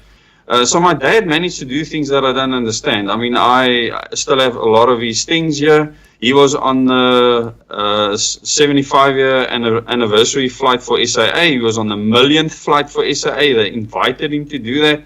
Why? I have no idea. He's got the certificates. He's turned planes around on the runway in the past when he missed a flight. They would actually turn back for him. So I still don't understand, and I'm trying to figure a few things out with regards to that. And there's many theories that I don't want to get into now. But this motor that he invented, I told him, because I was working at Kubik at the time, why don't you produce a reactor unit that actually just takes water, distilled, it has to be clean water, otherwise you'll get deposits, and then just electrolyze hydrogen out of the process through an electrical current, and then use that, and then you have oxygen coming out the exhaust. Right. Literally. Fantastic. And this is what he won the prize for. I mean, this entire concept, because it was proven to work. It would have revolutionized any form of transport. And there's many other inventions too. He got a silver medal, and from the Genève show overall, he got second place, or a silver medal, and then he got a bronze medal from Bulgaria for some plug that he invented where the kids won't be able to shock themselves when they pull the plug out the wall. So he was only allowed to take a certain amount of inventions with. So someone actually had to escort him or go with him there so that he could actually have more patents on show. So there was another person that went with him, but it was all his patents. Right. And he believed that coming up with new technology, that we can revolutionize the world we live in. And he also believed that we need to do a financial takeover. In other words, become independent of that financial system that was created by the Rothschilds. He spoke about the Rothschilds continuously when I was a child. I didn't understand a word he spoke of. I learned everything myself during my time in intelligence and personal interaction with people. So I'm self-taught when it comes to the Rothschilds and the powers that control government. But all the information that my dad had, and I mean everything I subsequently discovered from his estate, all the paperwork that he kept, all his writings. He actually wrote a book. I'm looking at it right now. Right. I'm on page 40. We actually have to transcribe that. It's called Armageddon. He's describing the final days and exactly how it will go down. And I put clues in my videos in OODEZZ. In some of the thumbnails and pictures in the videos, I give clues as to where that will go in true OODEZZ fashion. And the people that are awake, they mail me and they say, we spotted this, we spotted that, and it's really awesome to see. Yeah. Because I don't want to make things known to people that aren't ready for it, if that makes any sense. Yeah. My father wanted to literally turn this new world order ideology on its head. He believed in freedom. He was a staunch Christian. He had his Bible with him all the time. He had lots of biblical writings. He believed in the Israel vision. He changed his mind 2 months before his death about people of other races. And I'm extremely proud of that because he believed he had actually misunderstood certain biblical writings. He was so extreme that he believed that people of other color and even many of the European people weren't pure races, and that certain races were actually fake humans. In other words, that they were animals. Oh. Not human. Okay. Okay? That's extreme. 2 months before he died, he knew and he told me I was wrong. They're all humans. And he had a complete change of heart and a change of mind. And I don't know if this had anything to do with what happened to him 2 months later. I was fortunate to see him at the time. And I actually want to tell this because it was a Sunday when I just felt truly inspired. I mean, we're Christians, so I believe that there is an upper power, a higher power. I told Lauren, I feel we have to drive to Joburg, and I don't understand why. We literally got the kids, got in the car, and started driving towards Joburg. And when we got to Bloemfontein, I said to Lauren, Eh? You phoned him? Yeah, I phoned him. And he said he prayed that morning that he would see his 2 grandchildren because we have 2 sons. And he didn't have anyone to carry on the Bernardo name. Right. And he said he prayed that he could see them. And I said, well, I guess we're on our way to you. So we saw him, he saw the kids, and 2 months later he died. It was unbelievable. Terrible. Quite an experience. So Lauren met my dad, and she can tell you her impressions of him. Lauren? My impressions of my father-in-law. He was just a really humble man. I got along with him well. We never really spoke politics. He was just having fun with his grandchildren. My second-born wasn't even walking yet, and my firstborn was probably a year and a bit. And we didn't spend a very long time there, sadly. I remember the night we arrived, he fed us soup that he had stored in jars on the top of his kitchen counter, which was probably there for a decade or longer. Des actually got sick from it. So I spent more time with him than Des. I was feeding in the bathroom. Because Des actually got sick from the soup. But yeah, I mean, intelligent, humble man is my summary. And I'm very glad that he had a turnaround just before he died. Yeah. And I mean, he wanted to make all these inventions possible to create a homeland for his people away from the New World Order influence. So he had an experience at a very young age that proved to him that this influence was real in the country. And speaking about that is, like I said before in one of my videos, it's probably one of the most dangerous things I can do because people have actually died because of this knowledge. Right. But there were plans made to overturn this government to an ANC government, and the ANC was chosen. They never got elected. I mean, they was pure terrorism. So they were chosen as an organization. Mandela was chosen as the person that would do the transition because the New World Order needed an incompetent government that would ruin the country. It's very important for South Africa to fail for them so that the United Nations can walk in and look like they are saving us. Right. Does that make sense? Yeah, it does, yeah. So this is part of their plan. Now, my dad knew that at the end of the 70s, and he was very disillusioned when he realized this. And then in 1984, the picture became complete. And the people that he had that epiphany with was Pik Botha, Dennis Warrell, and Chris Yunus that were in a meeting that was accidentally taped.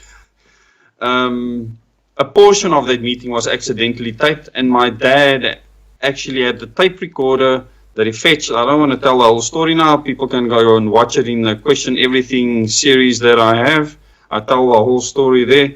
And while he was working on the Exocet missile project, because like I've told you before, everything in this country has got to do with weapons, and especially, in particular, nuclear weapons. Right. And everything in politics revolves around that, and it will take us hours to actually explain that. Maybe in another show we can focus on that. But the knowledge he got then, they were discussing in that meeting then a handover to a new government. They didn't know that it was going to be the ANC at the time. So no particular organization was chosen. But they were all broederbonders, and I mean, they were from different parties. I mean, Dennis Warrell wasn't from the National Party at the time. So, which means they were all discussing this together. They were making the plans for the future. Now, a long time ago, which means that John Foster, P.W. Botha, I mean, they knew about what was going on, but they're not the people making decisions behind the scenes at all. Yeah. What about Hendrik Verwoerd? Because he seemed to be someone who stands out as, you know, he was really determined to do the right thing for. He was assassinated for a reason. He turned against the New World Order ideology. So he wanted to create, and I mean, a lot of people say that Hendrik Verwoerd was the architect of apartheid. He certainly wasn't the architect of apartheid. I mean, anyone that understands the pass laws came in just in 1902. You know, there's so many things that was brought in by the British government at the time. So I actually did a project on him when I was in high school because I found that history fascinating. When someone gets killed, you need to ask questions. You know, assassinated. And nothing like that is random. So with Hendrik Verwoerd, he, just like Jacob Zuma, turned against the New World Order. And then people were turned against him. Because he wasn't going to make those plans happen. The same with P.W. Botha. P.W. Botha fought them in the end. He said, there's no ways. We're going to have a 10-year transition period. We're not going to make this happen overnight. And this wasn't part of the plan because they were running out of time. So he was poisoned. He didn't have a stroke. Okay. And Evie de Klerk was put in place just to cross the T's and dot the I's. Yeah, that's all he was there for. Like I said, I've actually read other journalists that have met with him and seen him in action and saying what a pathetic person he is. Now, I hope he's listening, or someone that he knows, or even family of his is listening. Yeah. Because I want them to know that he's a chronic liar and that he deceived the people of the country.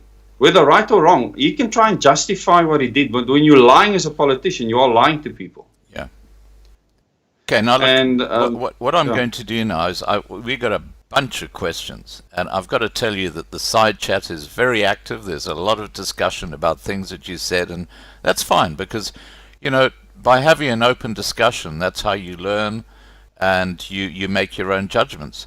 I don't agree with several things that Lauren has said, but look, that's because we're different people. We have different points of view. I find Des fascinating because he's got obviously a lot of background information that it makes it really interesting. Now, okay, let's get to some of the questions that people have asked.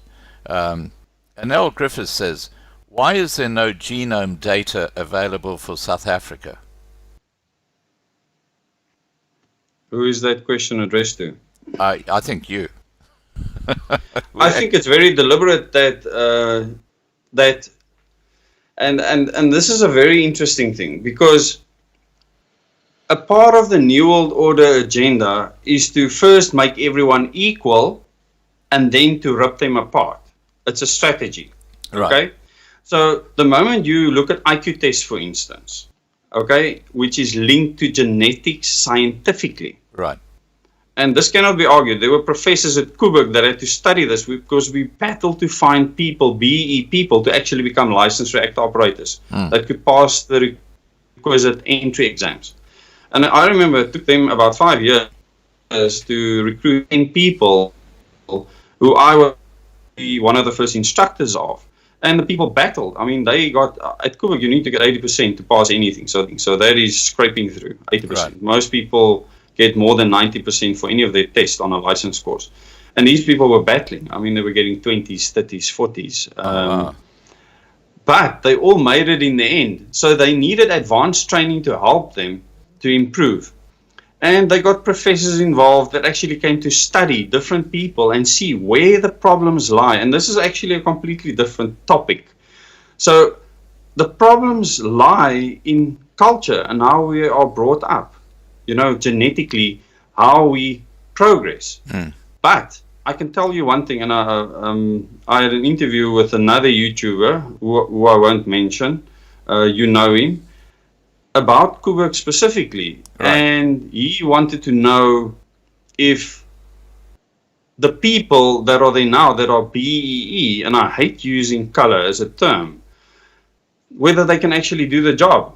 And my answer to him was emphatic, absolutely yes. And they're really good at what they're doing. It might have taken a long time to train them to the point where they had the skills to perform the work, but they're more than capable of doing the work. So I believe, and there's one specific professor that I worked with, and he actually tested me personally as well. He told me that he discovered that in different cultures that it's got nothing to do with color genetically. The culture had more of an influence. He spoke specifically, and I want to mention this one thing, of farmers in the Free State that were carried as young babies on their nannies' backs. Right. And they had problems with depth perception because of that, because they weren't crawling around like they should to actually get used to distance and depth and how you actually perceive things in 3 dimensions when you are that age. Now, I'm not a specialist in this. I'm just telling you what this professor told me at the time. Yeah. But I found this fascinating because he said if you take anyone from any race and put them in a household, okay, with high IQ, that person will develop high IQ unless they were retarded at birth. And I found this fascinating. And Kuburg has proven this because I have to tell you what I've been told by several people when it comes to IQ and what we call intellect. And that is that it's often the failure of your language that causes you to have issues when it comes to actually understanding a particular concept. Now, well, for example, I'll just give you an example. not disagree with that. Yeah, I'll give you an example. The Zulu language, for example, does not have a word for maintenance. And that when it comes to maintenance, you can see with the ANC and with the BE, it's like, what's maintenance? They don't care about it. It's not in their understanding conceptually, because they don't have a word for it in their language. And there are other examples like that, which like time, looking forward, looking to the future. The English language is so rich with words about, worry about the future and plan for the future and stuff like that, whereas the Zulu language is completely missing in that. So conceptually, from growing up as a Zulu, they have little or no understanding of the concept of looking forward. What are your thoughts on that? Well, my thoughts are simple. This professor did speak about language and culture specifically, and so it's highly probable that that is the case. I would think that Afrikaans, because it's one of the newest languages, is far more advanced than English. And there's many words like onder, deur, die tafel that you cannot say in We all English. know that Greek is the most advanced language.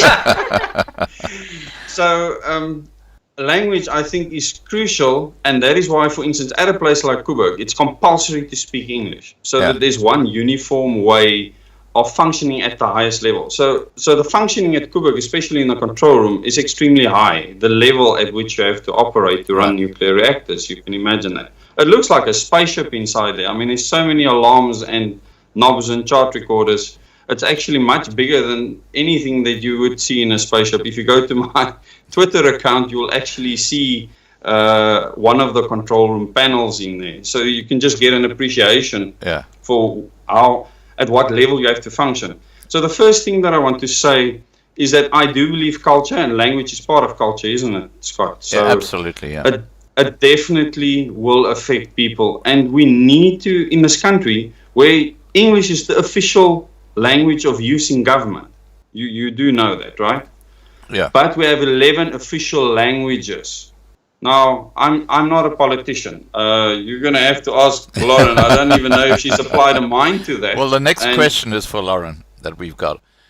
Anyway, okay. Yeah. So to me, I know the potential of anyone is the same. Right. We've had children from other races growing up in other racial homes, and that speak the language exactly the same, as the same way of thinking.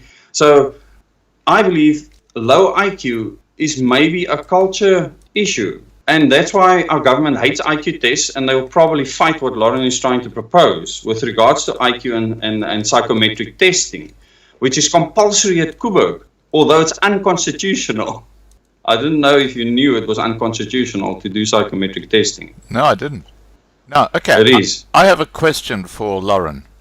Tertia Moritz has asked, Lauren, would you support self-determination?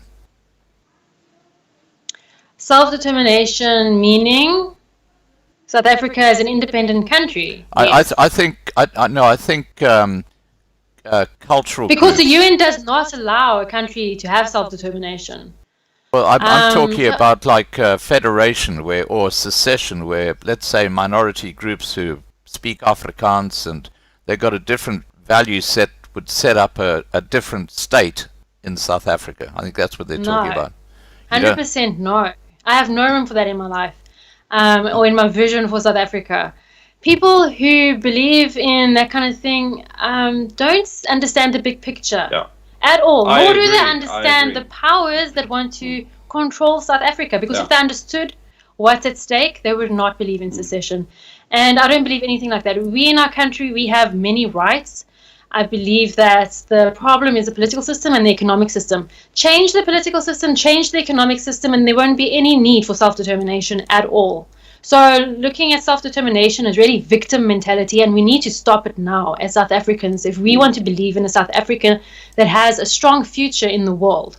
Right. Okay. And I have to back up what Lauren is saying, and this is very important from my perspective, looking at the global picture.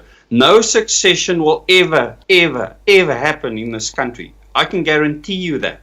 You will have a military in here faster than you can say knife when you try that. And I'm not talking about the South African military, and I know this as a fact.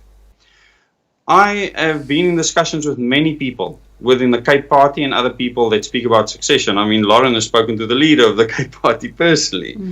And as much as many people might think it's a novel idea, it'll never be allowed, not just by our government, by people within the country. Because I can tell you now, if the Cape, for instance, wants to become separate, and my dad was the biggest proponent of this back in the 80s. Right. He was the one founding the Orandia Ontwikkelingskorps, or the Orandia area, a new country with a new flag. I mean, I can show you the flag. With a new currency and everything else. He believed that to be the solution then. But he underestimated the powers that he knew about. Okay? And he told me that in the end. He said, it has to be a financial takeover. In other words, we need to make ourselves independent. And he believed that at the end. He said, we need to go back to being God-fearing people, being humble, being good citizens, caring for others. My dad had the greatest respect for all races. Even with his beliefs, we once went to Pick and Pay, and he had such an awesome discussion with the teller, and he was so friendly to her. And it was an African lady, and afterwards my mind was confused. I couldn't understand how he could believe what he believed and still act that way. Yeah. And he treated everyone with utmost respect. And all very confusing. And I think in his subconscious mind, he had these beliefs because of people that he believed would help him to make this new country possible. And the Israel Vision group of people supported that notion completely. They wanted a completely separate state. Constant Viljoen and people like that, they were never going to do it. They broederbonders. I mean, they were always fake opposition. But besides all of that, I must just add that we as people need to evolve so that we don't want to separate. And I'm really confused when I hear people and see their support on Facebook for separating to the Western Cape. Because they're undermining their power as citizens, and they are completely removing compassion and humanity from the equation. We can solve the problems of the country. There is a solution. It's not complicated. The only problem is that it takes a bit of effort on our part. And it seems like people are not willing to take that effort. They'd rather form a different and separate country, which I think is ridiculous. And we need to stop having that conversation and start looking for real solutions, because South Africa has incredible potential to be an extremely strong nation. If we just put our differences aside and stop with this nonsense of thinking that we're better than someone else and want to separate, it's crazy. Yeah, it's crazy. We have to think be and luckily, I think my generation don't fall for such things as easily unless we've been really indoctrinated by our parents. Okay. We really need to stop with those discussions. Okay. Now I need to give you the other side of the coin. The larger white population in South Africa are feeling increasingly concerned, fearful of what's going on in South Africa. I mean, that's self-evident. The growing crime rate. Now, hang on, Lauren. Let me finish, please. Let me finish. They're feeling increasingly concerned about their future, their children's future, under this ANC government. You know, you look at the South African Police Service. Yeah. What a disgrace it is today. The South African National Defence Force. I mean, they couldn't defend a town in South Africa, let alone the country. You know, the whole thing is a complete shambles. Now, the adults in the room, as I call them, are the people who are saying, hey, you know, we've had enough of this. We want to set up a country where we can rebuild, because they just see South Africa being destroyed. And I wonder if any of them even rocked up to a sub-council meeting before. I have to tell you, it's a pathetic resolution. You say it's the adults in the room. It's the cowards in the room that want that solution. Well, I disagree, but then we agree to disagree. Now I'm gonna post the next question to you. Chris van Zyl has asked, why is there so many parties in our government, and what do you think of the Freedom Front Plus party? Okay, why there's so many parties in the government is in the Constitution we have a right that says that any South African can get involved in politics and run for public office. The only problem, up until very recently, you have to create a party in order to run for public office, and that's been changed recently. The other thing is we have about 600, just under 600 political parties. I think the IC went and deregistered about 100, so we're probably sitting at just under 500 now. And some of them are registered at their local level, and some of them are registered nationally. So how they're registered is different. I think nationally we have 300, I might be mistaken. No, it's around it. It is a lot of parties, and I think it's evident that the current political system is not working, and that political parties are not delivering on their mandates, and that's why people, community leaders, random people have just risen up and said, okay, I'm going to try something now. And unfortunately, they get trapped in the system because they haven't yet realized they need to fight the system in order to make progress. So that's why there's so many political parties. It is a lot. And my thoughts on the Freedom Front Plus, I don't know. I mean, I'm not an Afrikaans person, and nor am I an English person. I'm somewhere in between. So I don't have any specific allegiance to them. I don't know many of their policies either, but I feel that their image would naturally exclude a large portion of South Africa. And because of that, they are not the solution to the country's problems. We need to move past the current situation and create something new, something revolutionary, something that hasn't existed before. And I like to think and hope that the OOM is that solution. At least I am living and fighting for that every single day of my life. And, my vision for South Africa includes all people, and it tackles all the problems in South Africa, not just one or two of the problems. And it's a vision I hope people will learn to understand. I know at first even my own husband was resistant to my vision. It took time for me to brainwash him. But it wasn't brainwashing, it was a lot of thinking and reflection. Analyzing. Yeah. Do you have a website? Do you have a website for your party? What is it? Of course. It's organichumanitymmovement.org. Okay. So people can just go to that website and read up about the whole thing. Yeah. We have a Facebook page as well. And really, this is the only solution to South Africa's problems. It's led by me. It's my vision in action. And I love South Africa, and I see South Africa's potential. I know what South Africa can become, and I can feel the freedom that's at our doorstep if we all just unite and take action behind this vision. Right. Now, Dan Berryman... Scott, carry on. Sorry. Carry on. That this whole idea of dividing people along racial lines, where it comes from.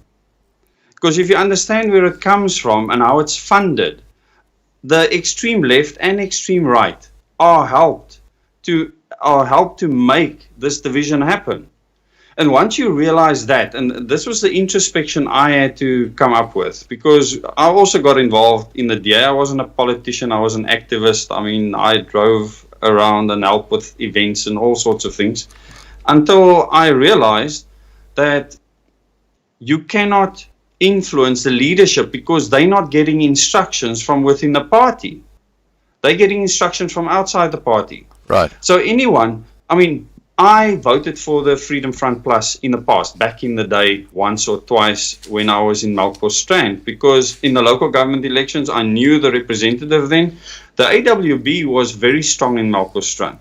I mean, we used to still have the old Boere sport there on New Year's Day, which has since stopped. But I come from Paarl, which is a very Afrikaans cultural area. Afrikaans started there. Yeah. And or was formalized there. Let me get that straight, because it comes from many different places. But I've lost my train of thought completely.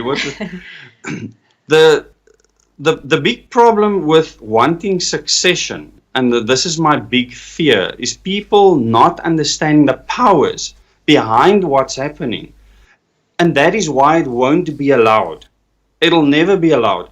There's even people up in Gauteng that said they'll come down here and they will annihilate us if we even try something like that, because they don't want a passport to come to the sea. And I know of at least 13 different groups that want to do different things with the succession, and they want to go to the United Nations for that right. They don't know what they're talking about. The United Nations is the enemy. They are negotiating with the enemy. It's madness. I mean, really. It's really crazy. Okay. So once they understand the big picture, they will understand that what they've been doing is futile. My dad tried this. I will speak to people on the phone. I will meet with them to explain why it failed. It's not happening. It's just not happening. Okay, It will never be allowed, even if you try to make it happen. I've got two questions here from Dan Berryman, and he says, 1, how did Chernobyl explode? And 2, he says, would Lauren support self-determination as in a federation of South African states? So I think we've got an answer on that one already. But let's pose the Chernobyl question first to Des. What do you think about that? So Chernobyl, I actually know someone that was a power station manager at Chernobyl. I got training from him at Kuburg, Oleg Solovyanov. He's passed on since, a brilliant man, brilliant nuclear physicist. He actually was working at the power station next to Chernobyl when they had the reactor incident. And Chernobyl had a steam explosion. They didn't have a nuclear explosion because no nuclear reactor can explode like a bomb. And I've made videos about this. This is actually why I started my YouTube channel, Scott, is to explain this to people. And that was quite some time ago, and then I did nothing for a long period of time. So there's those videos that I made originally, I put it under energy, nuclear, and so on in a playlist, so people can go and look at them if they want to. And that's related specifically to Kuburg. It explains Chernobyl and many other things. It was a steam explosion. So the fuel in any nuclear reactor core is only enriched at the highest to maybe 4.8%. At Kuburg, it's 3.5 and then later to 3.8% enriched. You need 80% enriched uranium to have a nuclear bomb go off and to have an instant criticality. So no nuclear power station can explode like a nuclear weapon. It's impossible. And I explained this to Adrian Snyman, and he didn't have this knowledge at the time. And I said to him, couldn't it perhaps have been Caltex? And he said, I didn't actually think about it. It could have been Caltex. That was his words to me. Yeah. And there's no indication that Vision's in Cape Town anyway. But besides that, Chernobyl's also completely different plant design to the French design. Yeah, completely. You can't compare Chernobyl and Kuburg at all. Kuburg is a pressurized water reactor. Archaic. Yeah, there was a very old reactor system they had at Chernobyl. And I do explain in one of my videos exactly why, whether Kuburg can explode or not. I actually have a big nuclear explosion on the thumbnail, so you can't miss it. Yeah. You can go and watch that, and I explain in detail how Kuburg was designed and why it can't explode. I mean, literally cannot. Okay, now the second... It can melt. The core can melt down, and that's terrible to have a core meltdown, but it's not going to explode or anything like that. No. Isn't that what happened in Japan at Fukushima? What happened at Fukushima, it's also, once again, a very old design. So Fukushima had containment buildings. I mean, Chernobyl had no containment building. They had this huge concrete lid on top of the reactor. And this thing literally blew up into the air, a 2,000-ton lid, and landed back skew into the reactor. And it's the steam explosion was so violent that actually threw graphite rods, which is the moderator in the reactor, into the air, high into the air.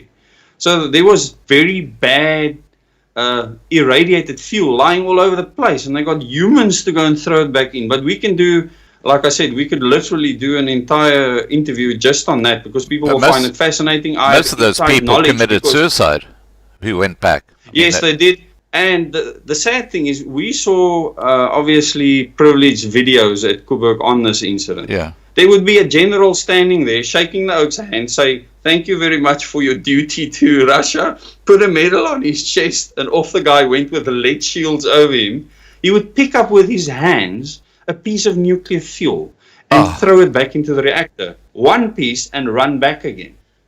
The shocking scenes that actually happened there, but they were heroic scenes too. And I do want to, if you're interested, we can do that one day and talk about that, because I think people need to hear the real story. Yeah.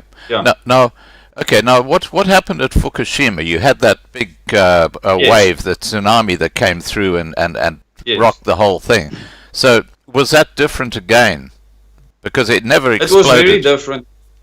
Yeah. Well, there were explosions. Actually, on 3 of the units, there were explosions. They weren't reactor explosions. They were hydrogen explosions. Right. So when nuclear fuel starts to melt, it's made of zircon alloy, the little pins, and these little pins have fuel pellets inside them. And the zircon alloy starts to react with water, and that gives off hydrogen. So hydrogen started seeping through pipes and ducts, air ducts, into the fuel buildings. And those were those mighty explosions you saw. Was a fuel building, airspace exploding, and blew the entire roof off. I mean, there was massive explosions. But that was far from where the reactor actually is. Right. The reactors, within the reactors, the fuel melted. And the fuel that melted, it actually, in some places, damaged the containment building around the reactor. So it melted out of the reactor, and this can certainly happen at Kuburg. And they have designs on the plant. That's why you have a 6-meter concrete underneath the reactor down to the seismic bearings, because Koeberg was actually built to be able to move in case of an earthquake. It can stand up to a magnitude 7, which is quite high. So the core can melt through the reactor vessel if we have no cooling to the core. This is possible or probable. But then it still has to melt through all the concrete. This is also possible or probable over time. But there's no explosion still. So what happened at Fukushima is they had fuel that actually melted through the reactor and to the containment building and damaged the containment building. Their containment building was a steel liner. Koeberg has a 1 meter thick concrete building with a steel liner welded to the inside of it. So you can't compare the two. Okay. It's just they wanted to save money. Those designs should have never been there. They're from the 50s. And a lot of people don't understand this. Right. Is that the design... Remember, Koeberg is a Westinghouse design. It's an American design built by the French. I don't know if you're aware of that. No, I weren't. So, you learn something new every day. Yeah, it's a pressurized water reactor, the same as 3 Mile Island, which was the first serious nuclear incident. 3 Mile Island came before Chernobyl. But the fuel melted in that specific reactor core. The other unit carried on running. There was no hectic radiation released to the atmosphere. And this is what's supposed to happen in most pressurized water reactors. But in the case of 3 Mile Island, they had horizontal steam generators. So they couldn't form natural circulation. At Koeberg, we've actually lost all offsite power before. And our primary pumps couldn't run to circulate the water through the reactor. I was in Unit 1 control room when that happened. And we have what we call natural circulation that establishes in the Westinghouse design. So the core gets cooled with no pumps. The water starts circulating through the steam generators, through the reactor core to keep it cool. And it's very effective. So you can't compare these other designs where things went wrong. So it should be a real debate. Should those plants run today? Shouldn't we shut them all down? And I mean, it's a serious debate to have. You know, it's interesting you talk about the water and how they cool down those rods. Because Google, which has this huge building, which is where, you know, if you type in Google and you do a search, they've got all these the racks, thousands of racks of computers, and how they keep the whole thing cool is they've got these big swimming pools outside the building, and just like the process you're talking about, they don't use power. The water gets sucked in, and then as it gets heated, it goes out the other way. Natural circulation. Quite incredible. Now, okay, I've got another question here. I mean, well, you've got a bunch of questions, but okay. Manuel Magro has asked you, Lauren, will your party scrap BBBEE affirmative action and anti-white hate laws? Anti-white hate laws, I'm not sure which ones those are, but yes, I think we did mention earlier on in the interview, we don't do things based on race. We'll never do things based on race. In fact, when you get your birth certificate, it won't say if you're black, white, or colored. It will say you're South African. And when you enter competitions or do anything like that, you're South African. And it's the same for employment. I don't think government has any place in the private sector, and our party advocates for very minimal government control. In fact, government has very strict parameters in which government needs to operate. So all government needs to do is protect people's rights and then protect the borders of the country and protect the country, protect the people of the country. The government has no place interfering in the private sector, and the government has no place interfering in the private life of its citizens. So, and that's what the government is doing in so many ways, in so many different areas. The government's trying to assert control over our personal daily lives, and not just with the lockdown, in many different things. Like it's going to become compulsory for 4-year-olds to go to school. That's ridiculous. We believe in a government that has very limited power, which will result in a smaller government, and it will result in less tax. So that's what we believe in. So we are a political party that doesn't believe in political parties. So if we had to get into power, we would immediately call for the disbanding of political parties and call for elections to elect independents. But the government just explain that process, what that means. I mean, electing independents. Yeah, okay, so right now we don't elect the president, the parliament elects the president, we don't elect the premier, we don't elect the mayor, council does that. So we don't directly elect the most important public reps, which is really ridiculous. And so instead of having Parliament elect a president out of the members of Parliament, we can rather have independents put themselves forward, and we can vote directly for whoever the presidential candidates are. But no, I mean, we don't believe, to answer I don't know remember what his name was, to answer the question, we will not have a government that interferes in the private sector. We will, though, have a government that protects human rights. Right. So if someone is being unfairly treated for whatever reason, then there will be protection for them, obviously. That's what government's supposed to do, especially in a constitutional democracy. Government should be protecting people's rights. And that's everything. The government that we currently have is doing everything but that at the moment, at this moment in time. I've got about a dozen including people, all the parties. I've got about a dozen people asking the same question of Lauren, so I'm just going to put it to you, Lauren. It's about farm attacks and murders. And I'm not going to put this to any particular person because there's so many people asking this question. And they say, how does Lauren feel about the farm attacks and murders, and does she think it is politically motivated? And if her party got in, what would she do about it to stop them? I feel terrible about any murder that takes place. This country is a very violent country, and there's a lot of bloodshed that takes place. And I don't think in the news we see a fraction of what's going on. We only get to see a tiny fraction of what's going on, but there's so much more suffering and so many more murders that take place. And it's terrible, and I think it speaks to the kind of society we're living in. So with a revolutionized governance, with a new political system, with a new economic system, I don't think that we should have as many social ills. We also don't have a justice system that works. So if you have a justice system that works, that in itself is a deterrent for crime. So if you have a justice system that really punishes criminals, you're going to have less criminals taking chances. But then besides that, I think a huge part in deterring crime is empowering people. I believe that people should have the right to bear arms and to have weapons.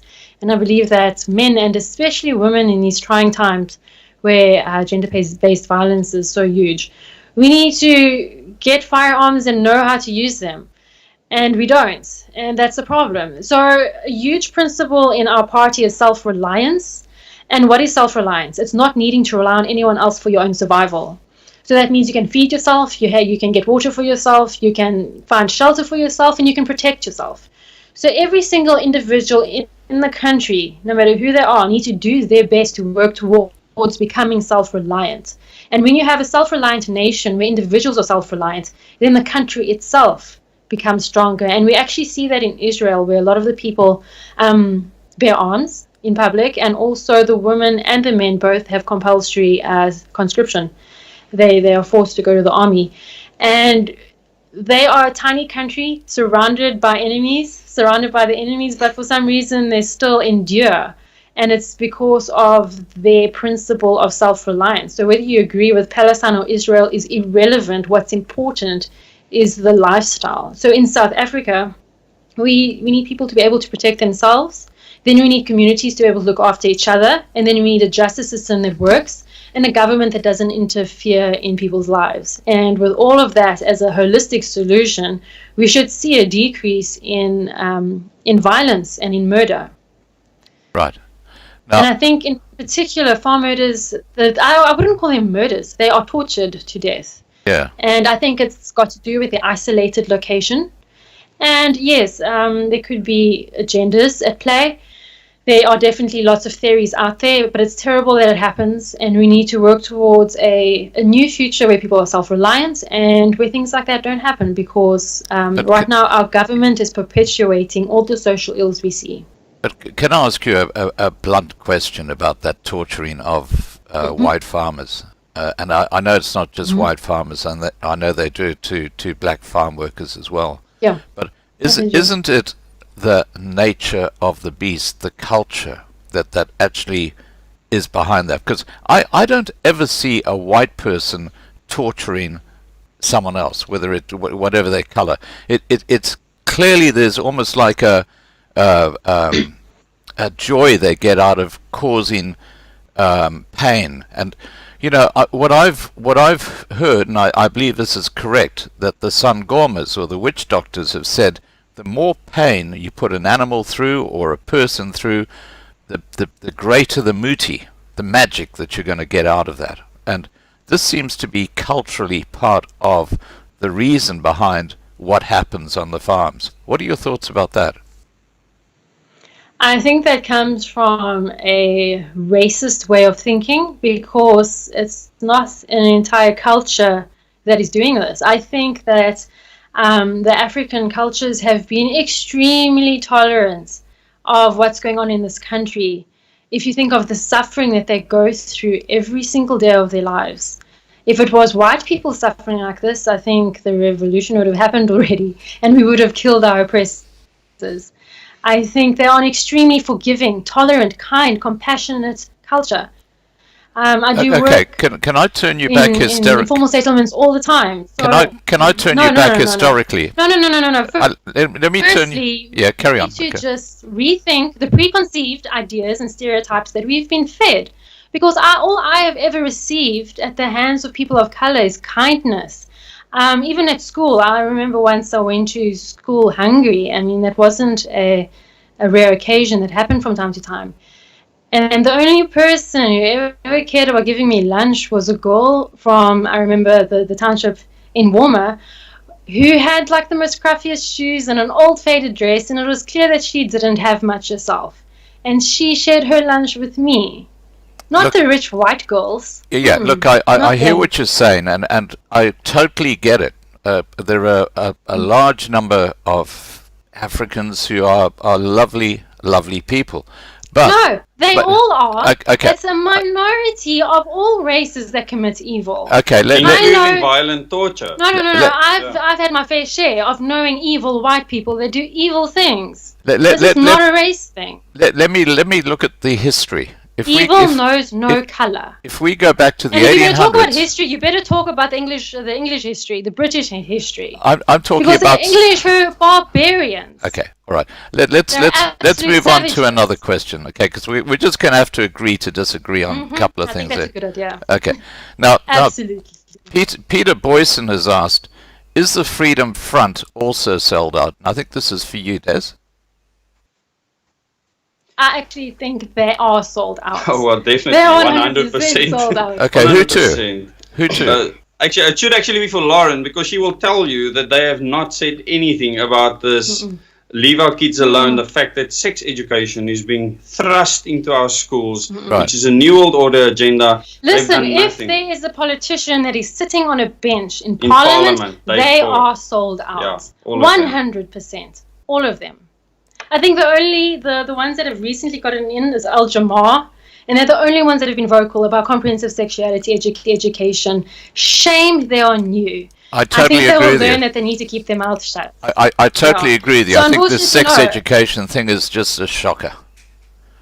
But why has the Dutch Reformed Church not spoken out against it? They actually went and supported it. I don't know. Why is the Freedom Front Plus? You know, the people on Lauren's group have asked. We said, go and speak to your parties, speak to your churches. They have done nothing. Why? People are fearing the day the parties have to actually reveal who is funding them. And you are going to fall over backwards. You're going to see the DA running out of funds. You're going to see the Freedom Front Plus running out of funds from all the international funders. And the reason why that will happen is because they will have to reveal who these people are. And these people don't want to be associated with them knowingly. Right.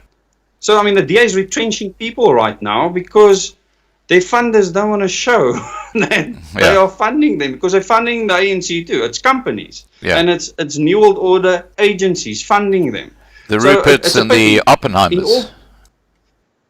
Not just them. You know, I'm not sure exactly where Johan Rupert stands on things. I can only speak for his dad because I was there and I heard what he said. And I don't want to be unfair to people, but it's obvious that Rupert and Rothschild wines, they share a farm together. But even besides that, I think it's important to note that when you become a public official and you get that salary captures you. Because all of a sudden you get the car to match, you get the house to match, and you upgrade your lifestyle. And all of a sudden, and this is universal. I mean, you can enter politics with the best intentions in the world. Once you get that salary, and Britain was so clever in giving us the system.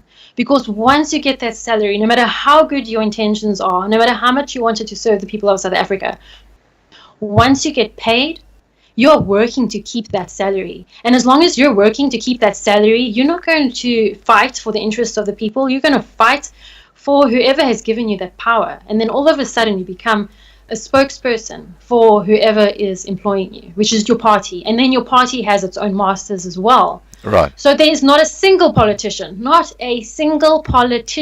is elected into public office that is working for the people of South Africa. Not one. Okay. And I'll make one exception to that, and only if any of those, and I haven't heard one of them do that yet, say that we should change the system. Right. Okay. Now I've got against what they are currently being benefiting from. If they speak out against that and they want it changed, and then they would have to run as independents. Remember, so their neck is on the line. There's no party or sucking up that's getting you the position. Then I would say, okay, that person is busy divorcing themselves from the thing that gave them all the power. Right. Now, does that make sense? Absolutely. Michelle Mullard has asked, I still want to know exactly what the modern day Freemasons do. Oh, I actually think they're a dying breed because they're even advertising on Facebook for members, which is very cute. I don't think my generation, the millennials or the libtards, whatever you want to call them, we don't really care about little boy clubs that meet in secrecy. So I think the concept of Freemasonry, when it started out, was very good and very noble, but the UN produced spawn of my kind, the millennials, we just haven't got place in our lives for that kind of thing. So I think when probably 20, 30, 40 years time, they won't really exist anymore. It's over. But it doesn't, the one thing that will never change is the influence, because they just a organization that was infiltrated by the Bavarian Illuminati. Remember, Adam Weishaupt actually went to the lodges to recruit his Illuminates, and he poached a lot of people from there. Right. So he also separated himself from the Freemasons. But when the Illuminati was outlawed, and I don't know if you know the story of how this happened, there was an instruction that Adam Weishaupt wrote that was supposed to go to France to start the French Revolution. This was one of his first plans, to topple the French monarchy, later the Russian monarchy. And there was a coach that was actually traveling with his book and it was hit by lightning. I mean, if there isn't prominence, then I don't know what is. And the police discovered this book, handed it over to the Bavarian government. And when they saw this, they took these plans of Adam Weishaupt seriously, because he was planning the First, Second, and Third World War. Wow. And I mean, Albert Pike wrote in detail about this. So this endured through the ages. But they were banned and outlawed. Even they could get the death penalty if you were caught in any secret society. So the Bavarian Illuminati didn't only stuff things up for them, but for the Freemasons too. They had to flee. I mean, they had to leave there, which probably made things worse, because now they were scattered all over the world, a lot of them in America. So a lot of the founding fathers of America were all Freemasons, and how many of them were infiltrated by Illuminati ideology? And this is the question. I know many Freemasons that are good people, that are Christians, and I don't understand why they want to be Freemasons, or why they have any need to be in a secret organization, to be honest with you. But most of them, like Lauren says, it's an old gentleman's club. And I do believe that the higher you go, the more illuminated you become. I cannot say at 33rd degree what knowledge they specifically get. I know all their rituals and ceremonies backwards. There's nothing strange about it. It's supposed to represent a rebirth of person and a progress towards enlightenment. And I mean, this all-seeing eye is this godly power that's watching you, and the sun represents enlightenment, basically. And being at the top of the pyramid means that you have achieved the apex of being human. And you'll see these idiots, these world leaders standing with their fingers like this. And I've highlighted this in my videos. Yeah. Because it tells you that these are Illuminates. The whole flipping lot of them. Well, and these are the leaders of Canada and all these countries. Mandela and F.W. de Klerk, Mandela and F.W. de Klerk, they're photos of them with their Freemason outfits and these big badges on their shoulders and stuff like that. Well, there's many photos of Mandela got many honorary positions, including with the Knights of Malta and many others. So yeah, that's the one, Knights of Malta. It wasn't Freemasons, and he also got honorary mansions from the Ruperts and the Rothschilds and the Oppenheimers. He could pick which mansion he wanted to live in. So he was very well decorated, not just with robes, but also with worldly riches, which I don't really think he cared for at the time. Probably not. But I think we really need to look forward and look at the future and see a future without all of those things. It's not necessary. And I think transparency is a principle we should all strive towards. I think it's necessary to do that. And a culture of tolerance and compassion and love for humanity. All of that's missing. We don't need all of these gentlemen's clubs. And we don't need all of these things that cause division. And we don't need this economic system that exploits people. Because it does. It exploits people. And we just need to look forward. And I think it's easy when you read the news all the time, when you're caught up in mainstream media rhetoric, it's easy to lose hope and then make decisions and form opinions out of desperation. And I think a responsibility is going to fall largely on my shoulders to convey the vision I have for this country eloquently enough to give people real and tangible hope for what South Africa can become. And it's going to take an evolving of our human souls and minds to get there. But it can be done. Right. It's very possible. It's within our grasp. There's no room for racism. There's no room for any kind of petty arguments. We foresee a South Africa that's inclusive of everybody. And that is what gives South Africa strength against the world powers that want our resources, our diversity. Right. So we need to start warming up to one another. It's a big problem for them, Scott. So all the ideological groups, all the cultural groups in the country has to stand together against New World Order ideology. Because remember, they created this hate. They were the architects. It was planned. Through the media. Like deliberately planned. And they created the oppression. Well, they own the media. I mean, Naspers belongs to the Rothschilds. Yeah. So South Africa, really, we have all the answers, we have all the resources, we're really a strong country, we have everything we need right here.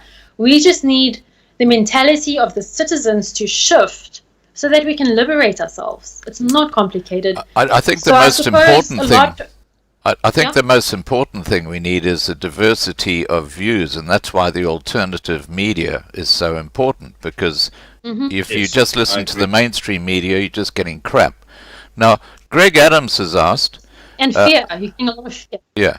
Greg Adams has asked, ask Des and Lauren about how they feel about Orania, who love their language, culture, and religion, while it has slowly been erased from road signs, SABC, newspapers, etc. We've Oh, well, we can give you a proper update. Yeah. We visited Orania.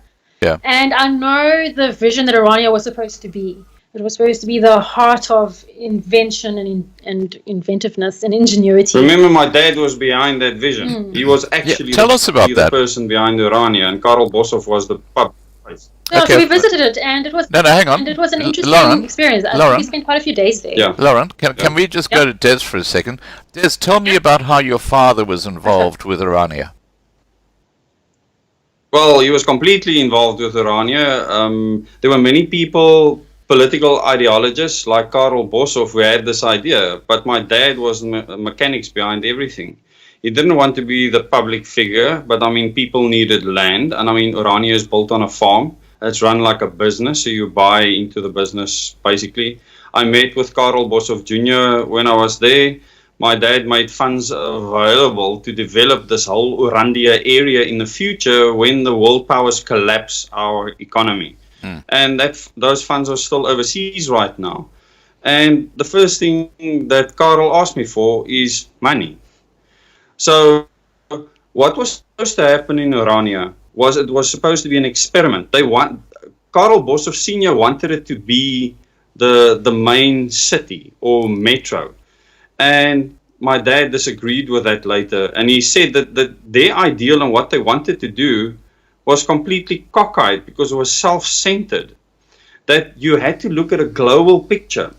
My dad saw literally thousands, tens of thousands of people flooding to South Africa from overseas because we will be a refuge for them in this area. So he had a vision. He had a vision of that actually taking place. I mean, he saw tents standing across the vlakte, so to speak, with these people destitute, needing help because of war.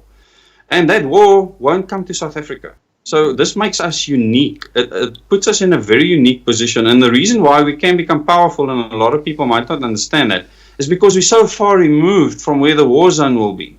Well, Does that make sense? Yeah, I have to just put one fact to you, and that is that there's only one town that I know of in South Africa that is being run properly, and that is Orania.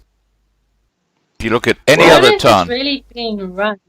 no, if you look at any other town, they've been run into the ground. I have to agree with you in certain terms because many of the things that Lauren actually came up, I believe they're living in Orania. In other words, the community has to look after the town. So in that principle, I think that they definitely are trying to, or the ideal was to live that higher form of life where a community governs itself. Does that make sense? Yeah. And in the time that we spent there, we spoke to many of the business people and the resort owner there and so on. And he was fed up. He wanted to leave. He wanted to sell everything up and go. And he had just bought a whole lot of solar panels for a solar farm for Orania at the time. So I don't know if he actually pushed through with that in the end. And I hope he did, and that they would be more independent with regards to power. But they were supposed to have a city by now. So my dad was extremely disappointed in what actually happened there and transpired there. So he decided that Brandvlei will become the center. It's literally in the middle of nowhere. He wanted, I mean, I can go into a lot of detail, and this can be a video on its own, because I'm sitting with all the plans and the details with regards to this homeland called Orania. Who owns the land at Orania? Well, the land at Orania was made available out of a trust. A Right. OODEZZ trust. Right. But my question was, who owns the land at Orania?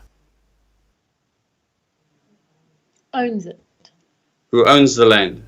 Well, I suppose I do. So you own the town of Orania? No, I don't own the town. Remember, the people bought into the town. The But land the itself land. was given. Ah, Yes, the land itself was given. Right. The land itself was given from the OODEZZ. And I mean, I have all the pictures of the groundbreaking that took place there So and is everything. it private land ownership? Yes, I do believe the land was given. Do you understand? So people own the land. it's No, they own no. They own the share. piece of land that they live on. Yeah, that's Yes. what the people collectively own the land. Yeah, but there's more land where they're not living at this stage that can be developed. So it's a farm. I mean, it's a big area, and there were many people involved in this concept and idea with regards to Orania. And the one thing that I haven't done is actually gone and finished up my dad's estate, because many of the things that he put under the Oranje Ontwikkelingskorps, and I mean they bought plenty other land like Copperton and many other places that the army has used as a shooting range. So a lot of land in the Northern Cape was purchased, and for various goals that I don't want to go into detail in now. We can decide at a future time how we want to discuss this in detail. all right. Now, Okay? now Anita Gous has written, the farm that was bought to build Orania was my grandfather's family farm. Yeah. So I guess that's gone through sail to, what's it, OK Trust, is it? The trust that built it. OOK, yes. OOK. Eugene Ter Blanche was even involved in that. Okay, now what Originally. does OOK stand for? What is the... Oranje Ontwikkelingskorps, so the Oranje Development Corps. Okay, right. So that whole concept at the time, and I mean there was so much press on it at the time, that whole concept was developing that entire section of land. So my father was far less interested in the political side, he was more interested in the development side. Although he was the mastermind behind the idea of having to have, I mean, many people wanted a homeland, and they all drew different maps of what it should look like. Yeah. So he called it, it's like the cock standing on their own little crap heap, you know, they each wanted to crow louder than the next one. You know, but again, we're talking about past ideology. Past, yeah, this is it was not way going to help past. South Africa. Oranje exists. It's a cute little town. Apparently, all races are welcome. I must say, it does feel like they're missing something. It's a little bit dead in terms of development and spirits and soul. But we need to be looking forward to the future. And if we believe in South Africa and we want to be free from the clutches of the United Nations and those other powers, then we need to look at a South Africa that's independent, a whole South Africa that's independent, not part of a South Africa that's independent. Yeah. And I think it's probably going to take a while for people to get used to this idea, but it is our only hope for a South Africa where everyone can live free and thriving lives. That's what I want for South Africa. I don't want any human being to suffer. I don't want a single human to suffer. This is pretty much why I got into politics, because I don't want people to suffer. I've suffered. Okay. I know many people that have suffered. I don't want suffering, and I don't want injustice. And I have created a plan that will fix up the entire country. So we need to stop looking at Oranje and the Freedom Front Plus and Western Cape independence or whatever, and start looking at how we collectively can work together in our diversity to save this country from the international powers that are raping our resources and pillaging money out of this country because of how our capitalist system works. Well, it's a very simple question, Scott, to anyone that doesn't understand this conundrum, is how did all of this work out for my dad in the end? It didn't. It did not work. And, you know, I haven't spoken about the details of his council of 6 people and all the things that they went through over a period of time, all the things that actually happened. And, you know, I didn't agree with many of my dad's ideologies and the things that he believed. And I was really glad that he changed his mind on many of those things, especially towards the end of his life. And he didn't understand because they believed that they could have a homeland earlier, that certain things were going to happen earlier, okay, in South Africa. And it didn't happen because it was never going to happen. Because people won't stand together.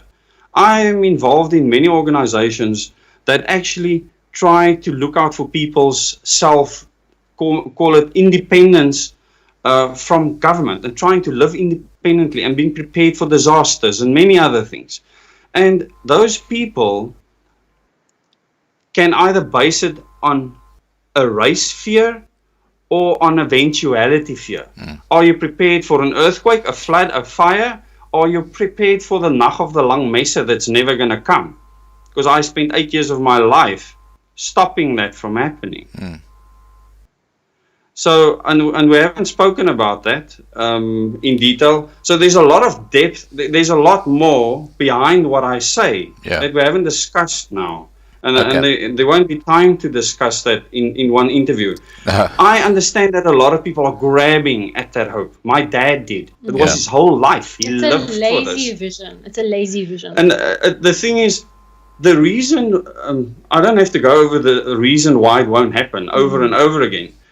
But even the people trying to make it happen won't make it happen without the outside influences. Because of politics and because of human nature as well. 100%. So with the Organic Humanity Movement, we take human nature into account. A lot of these people with these visions and ideologies try to work towards a utopia. The Organic Humanity Movement does not work towards a utopia. We are very realistic about human nature, human desires, human weaknesses. And we are creating a vision for the very real, ugly world that is out there. And Right. that's what makes us also very different to other political parties.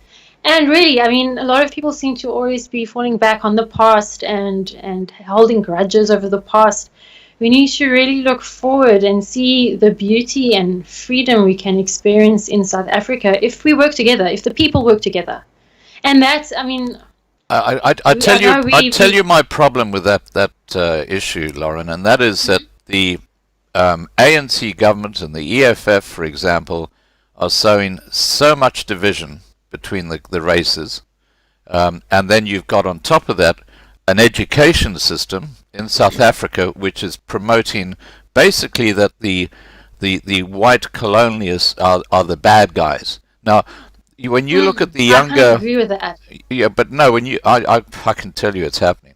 When you look at the young black guys coming out of school, they're the ones who are unemployed because the ANC has totally screwed up the country. About 50% of young people are unemployed. They're desperate to do something, so they get involved in gangs, and then of course the white people are a target because of the way they've been indoctrinated by the ANC. There's no question about I that. don't think it works that way. I think you have a very warped and racist understanding of the situation in this country. There's a lot of things that are feeding gangsterism, and a lot of it has to do with the UN's policies on spatial planning. And there have been many Very scientific experiments done to prove that environment affects behavior. Yeah. And the environments in which people are being shoved into, they're practically growing up in concrete prisons, which is perpetuating poverty, perpetuating gang violence, and perpetuating drug addiction. The whole system is designed to keep people weak and to keep people oppressed. And it's not white people that are targeted. We really need to stop with that, really. It's people, obviously, that have more that will get targeted. People aren't going to steal from poor people. They're going to steal from people that have something worth stealing. It's got nothing to do with and race. people are being stolen from all races that are being And stolen besides from that, everywhere. I haven't really met that many racist people of color compared to how many white racists there are. Okay. There are more white racists. I don't see the ANC and the EFF, their tactics really working. Yeah, but aren't they racist not at policies? all. I mean, but surely if we're talking racism, what about the employment policies of the ANC? You can't tell me they're not racist. Yeah, but that's besides the point. I think we are looking at people. That is the we point. We can, as citizens, we have the power to completely prove the ANC wrong. If the ANC is trying to sow seeds of racism with the people that vote for them, we can prove them wrong. Okay, We have the power to let prove me them ask wrong you by a not being racist. Let me ask you a straight question, Lauren. Is the ANC government a racist government? Yes or no? No. It's not. No. Why not? With BEE and They're a triple capitalist. BEE. They are a capitalist government. They are puppets. I'm sorry, we for have much higher powers. we have to disagree on that point because I see the ANC as a totally racist government because They of are their not. policies. They are a liberation movement that got into government and were bought. And they Right. are puppets. We're That's just what going to they have are. to agree to disagree. Des, do you want to comment on this? Yes, I do, because the one thing that I like to do is get into specifics, and I think Lauren looks at things more from an idealistic point of view, and a lot of people don't understand that. So she's not going to articulate herself into specific technical detail. Right. I'm a typical Virgo, so everything to me runs like this. Okay, no problems. And I want to comment on a few things that you've mentioned. Okay. Yep, go ahead. The first thing that I want to go back to before I get to the ANC government is you mentioned earlier how culture can be brutal and cruel. If you think about the movement in Britain for women to vote, okay, how did they achieve that? White women. Oh, you They had bombed places They and did. they burned places down. That's how they achieved it. Then it took for a woman to run in front of the Queen's horse. She was killed, and that caused the change in men's hearts to actually give women the opportunity to vote.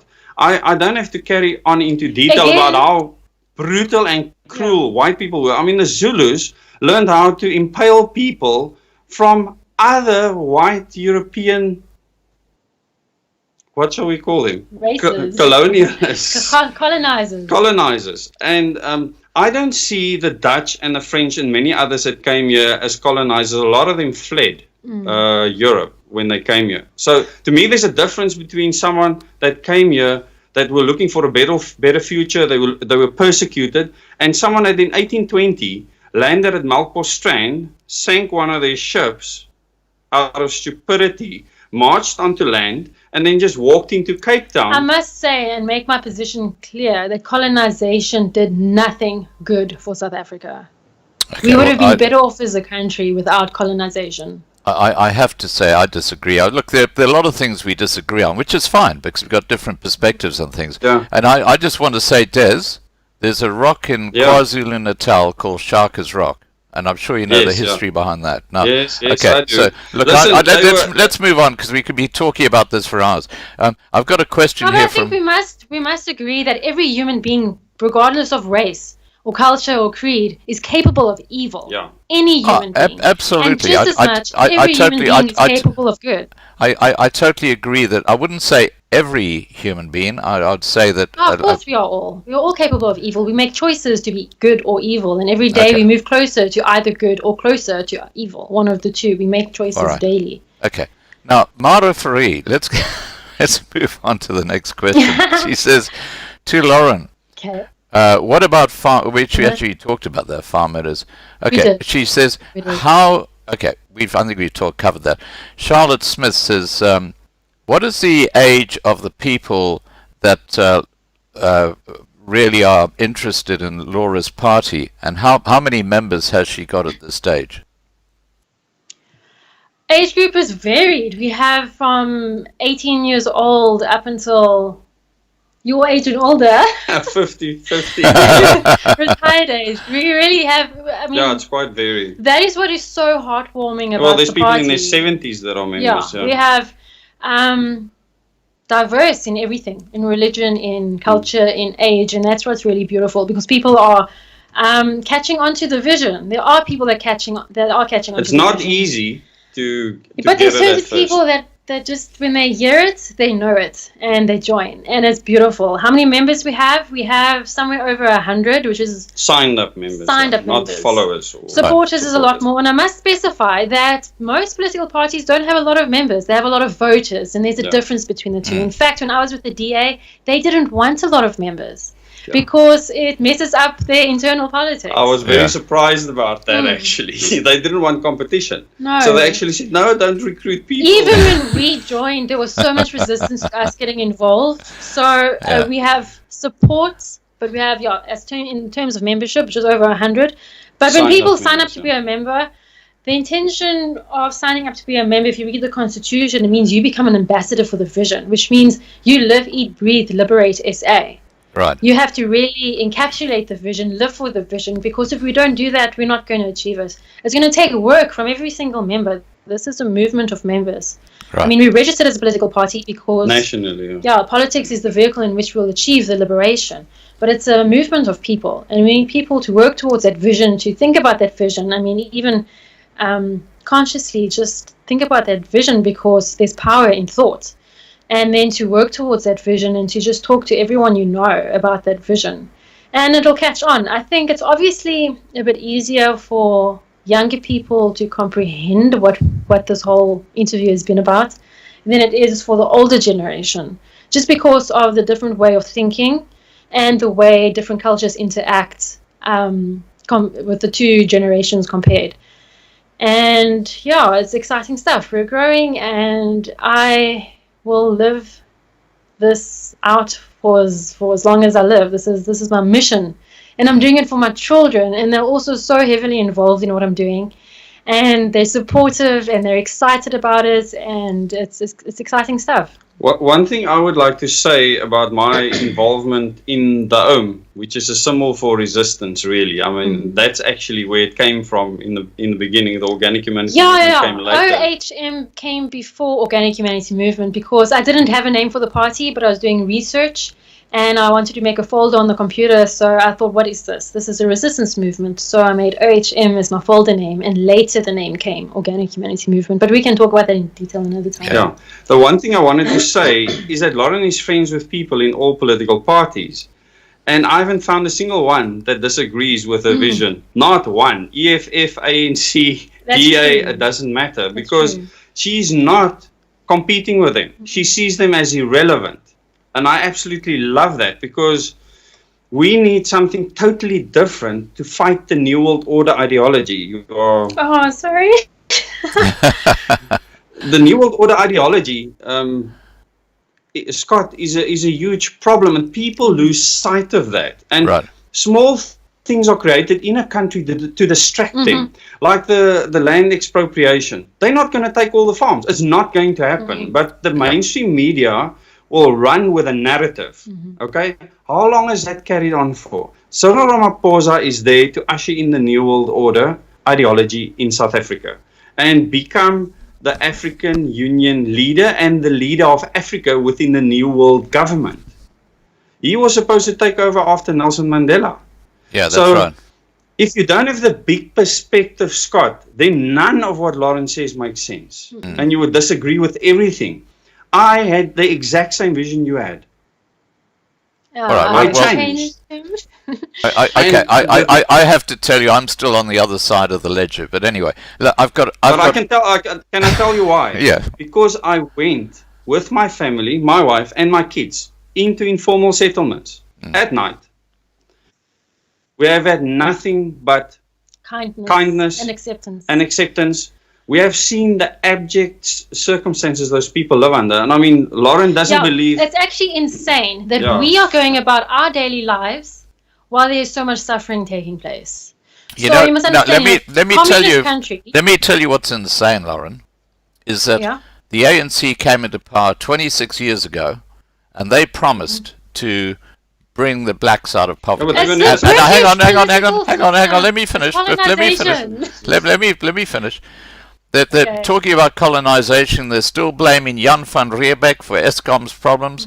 They've blamed apartheid for things that have happened in recent years. I mean, they've always put the blame on someone else. And there is one clear... Hang on. There's one clear situation that has arisen.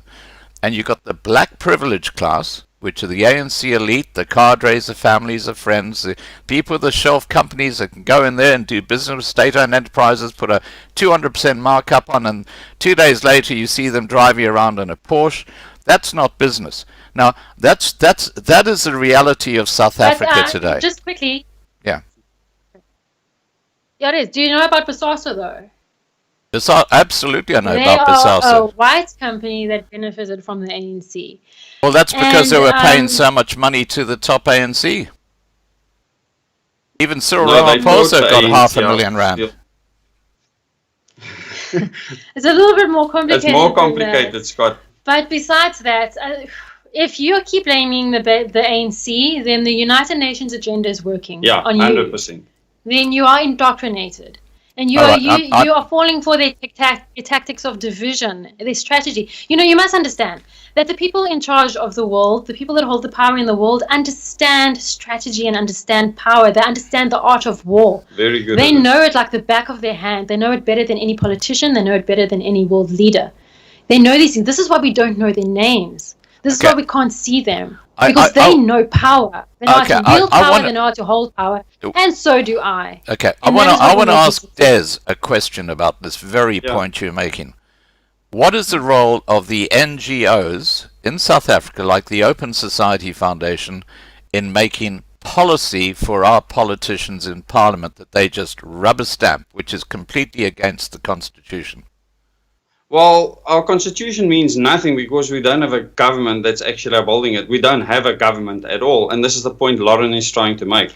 Yeah. Speaking about the ANC, you are giving them power and advertising them. It's not necessary. Don't even mention them. When it comes to NGOs, they are pointless. Any organization that's formalized, this is the broken, corrupted, defective system we inherited from Britain.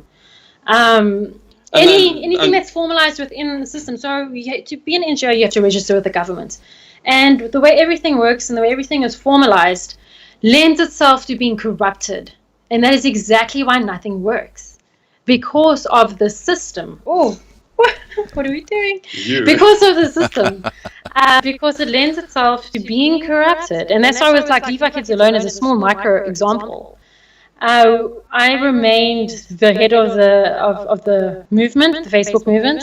There was never any board of directors or anyone making decisions. Even though we received funds, I remained the one and only one in charge. Because I knew the minute we partner with anyone else and anything else, the others will send their agents to infiltrate and annihilate. And it happened. In any organization that makes progress towards benefiting the people, there will be infiltration and annihilation every single time. It happens in parties. It happened in the Democratic Alliance in ways that will blow your mind. And that's exactly the tactics that the powers that be use. So you're talking about an autocracy, where you've just got one person running the show. No, I don't think, well, that is exactly how the organic humanity movement works. That's exactly how Leave Our Kids Alone work. That's not how the country is going to work, no. But it's going to take overcoming those strategies to wield power that those in power use. It's going to take an understanding of those tactics and strategies to overcome those tactics and strategies, and even using some of those tactics against them. So what it means is that the actual movement, because I thought at first, but why won't you have elections? And she said, but you'll be captured instantly, and we'll Leave Our Kids Alone. They'll send their agents. Yeah, she got phone calls almost immediately after she started, because a group went viral, and News 24 contacted her, and I mean, she's done many interviews since. But the interesting thing is, the first thing people asked her, okay, is how much funds have you received? And the next thing they asked is, you must establish a trust and a board of trustees immediately. Lots of people try to control. And the first thing that she said to them is, you want to capture, Leave Our Kids Alone. Yeah. And that's exactly what it is. And it's the same with the NGOs you're speaking about. Every single organization is infiltrated so it can be annihilated. And it's the same with what Des was speaking about with his dad's inventions. Any invention that is created for the good of humanity will be wiped out. Any invention that will create profit, that will be promoted. So we have a system, a worldwide system that is working against humanity. Yeah, look, I get what you're saying there. Now, I have one last question that I've got for you guys. We've been going for nearly 3 hours, so it's been a really interesting discussion. We haven't agreed on everything, but that's cool because we have different perspectives. Michaela T has asked, Scott, please question to Lauren.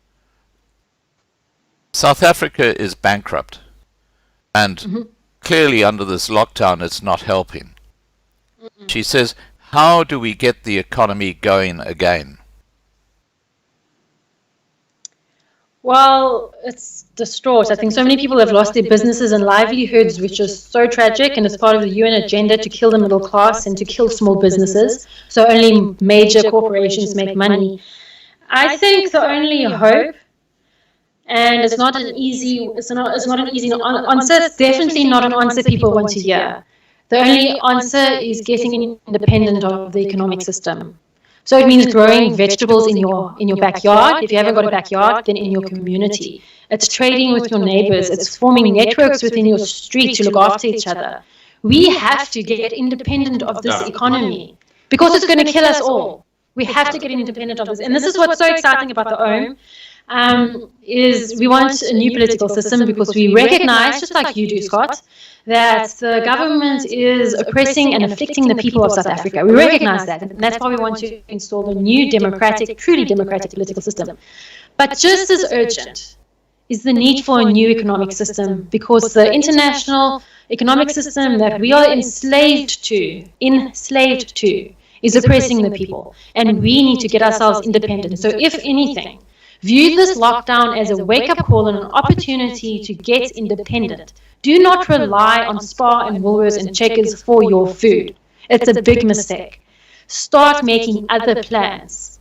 And don't spend money at these corporations. We are empowering them. We are funding our own imprisonments. Okay, now I've got a question I want to put to Lauren, and then I'll get Des to respond to it as well. Now, 2 weeks ago, Ramaphosa, in an interview, said that this lockdown is working for South Africa economically.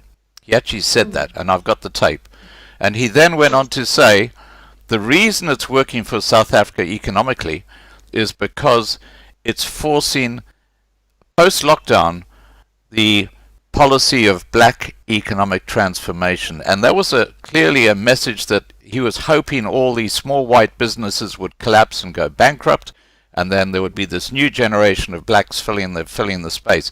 Now, when I look at the policies of the ANC government, and I just go no further than the employment policies, my direct question to you, Lauren, is how can you even suggest that the ANC government is not a racist government? I just don't get that. Because they're a puppet government. They're just doing what the UN wants to cause division. But they're still doing it. It still makes them racist. Because if they didn't do it, they'd be out of power, and then the DA would be doing it. That's not my point. That's not my point. My point is that because they're doing it, it is racist. The ANC government, the ANC party itself is not racist. Their policies that they are implementing might favor certain races, but it is irrelevant. Those policies are necessary for the New World Order to cause that division. So the more you accuse the ANC and not see that there's a bigger enemy, the enemy is the same. So the enemy is this large, faceless entity that we cannot see. And they are using organizations such as the ANC, and they're using governments. Okay. Is the New World is the New World Order racist? They are worse than racist. Okay. Now that's they are eugenicists. Okay, now that's my point. My point is that hang on. Probably, can I just finish my point? Can I just finish my point? Yeah. My point is that if the New World Order are controlling the ANC government and they are racist, then the ANC government by default is, in your own words, not only racist, but it's eugenicist as well. So the ANC government is racist, and it is. Say, yeah. No, because they're controlled by the New World Order. Well, they must be. They are just tools. They are ignorant to so many things as well. Okay, and the DA is also a tool, and the EFF is also a tool, and there's so many other organizations that are just tools. Lauren will never give them credibility. She refuses to do that, Scott, and it's something I've had to get used to. We have a common enemy. We need to focus on that. Let me just put it this way, that the ANC clearly have racist policies, and if those policies are being dictated by the New World Order or NGOs who work for the New World Order, they are party to that. They own it because they are promulgating it. But what's the point? Because the there's point more is people that in the ANC government. The point is that the ANC government is a racist government. They're not a racist government. They are a bought government that sold out after the liberation struggle in 1994. They are a bought government. What we need to do, Scott, is move away from speaking about race completely. Because the moment you do that, you are empowering them. Mm-hmm. Do you understand that? That's why Lauren will never entertain it. And it's a clever strategy. So I want people to not mention race at all. Ever. Because once you move away from that and you call a spade, you can say the ruling party is disenfranchising many people in the country with their black economic empowerment or BEE policies, and that those policies should never be allowed. So it's a strategy to not speak about race. Besides that, we need to look at the big picture. Who put the ANC in power? Now, that's a video for another day. And who gives the DA their power? And that's a video for another day. Okay. The powers behind the political party are the real enemy. And they don't care about race. They care about keeping us divided. Okay, well, let me put this to you. Des, let me put this to Lauren. Lauren said earlier in this discussion or this live stream, she said, extreme right-wing groups are racist. Clearly, they're racist, okay? But for some reason, a political party that runs South Africa, the ANC, despite all these racist policies, in Lauren's words is not racist. I don't get that. I just don't get that. I hear what you're saying about what's happening behind the scenes, but they are the ones promulgating these policies. They're the ones pushing them through Parliament. They're the ones who are bringing racism into the economy of South Africa. It's no one else. It's the ANC government. So they must be racist. They are the ones who are making it happen. I understand what you're saying, but with regards to the right-wingers that I'm speaking about, their ideology is based on hating another race. Yeah. The ANC, No, but you need to specify. These are extreme people. The ANC is not based on hating another race. They are putting policies in place either out of ignorance or because it's the best thing they can come up with to address the injustices of the past. We cannot ignore that those injustices exist. They're doing the best they can within their framework of understanding, plus being influenced by other organizations. The ANC is not racist. Whereas right-wingers, their whole foundation of existence and being is based on race. Okay, now the ANC is not racist. That's where I have a problem, because if you look at America with what's happening with Black Lives Matter, now for some reason that is not racist. But if you dared to put up a protest where it was all lives matter, then that would be for some reason racist. It's totally conflicted. It doesn't make any sense. And your argument about the ANC not being racist falls into that bracket. When it comes to All Lives Matter and Black Lives Matter, I have many friends on either side of the arguments. Right. And I can hear where both of them are coming from. But I think where Black Lives Matter is at the moment, they feel unheard. For so many years, decades, have gone feeling unheard and oppressed, living in horrible conditions and lots of poverty. So for once, they just want to be heard. But they keep on voting the Democrats in, who are causing them to be in that position in the cities. There's a big movement against that at the moment. Republicans aren't necessarily the answer either. They are two wings of the same bird, as the saying goes. Now, the Republicans are actually were the first strong New World Order agents. I mean, with Bush. I mean, his family also helped the Rothschilds to fund both sides of the war. I mean, throughout this entire interview, I've heard the word they a lot. And I must say, I can't think or act in terms of they, whether they is referring to women or men or children or a certain culture. For me, when people vote Republican or Democrat, if people vote ANC or EFF, people are making the best decisions that they can based on the knowledge they have and their circumstances in life. Circumstances being important because that can be fear. So if you educate people and if you show them that there can be a different way, they can make different choices. And everyone's just trying their best. Even ANC voters, EFF voters, DA voters, Freedom Front voters, they're all just trying to survive. We all want the same thing. Every single South African, no matter who you are, we all want a home that is safe. We want a safe school to send our children where they're going to be educated properly. And we just want, to be employed so that we can look after ourselves and feed our families and give our children a couple of nice things. That's all we want. We want to get a little bit of enjoyment out of life. We want freedom to go to church and do whatever. What South Africans and what I suppose the whole population across the world wants, we all want the same thing. I mean, we can't argue over what we want. We want the same thing. We want to survive and be happy. Okay, now on that point, the way we find that solution is based on the information given to us from our parents, from our religious leaders, from the media, from our circumstances. Well, we can't trust the media. And then people make decisions based on all of those things. And people make the best decisions that they know, based on what they know. Okay, now Lauren, you mentioned a little while ago that you've been into the townships with Des, and you say they're wonderful people, and I don't dispute that. They are some wonderful people in the townships. Have you ever been to a white squatter camp?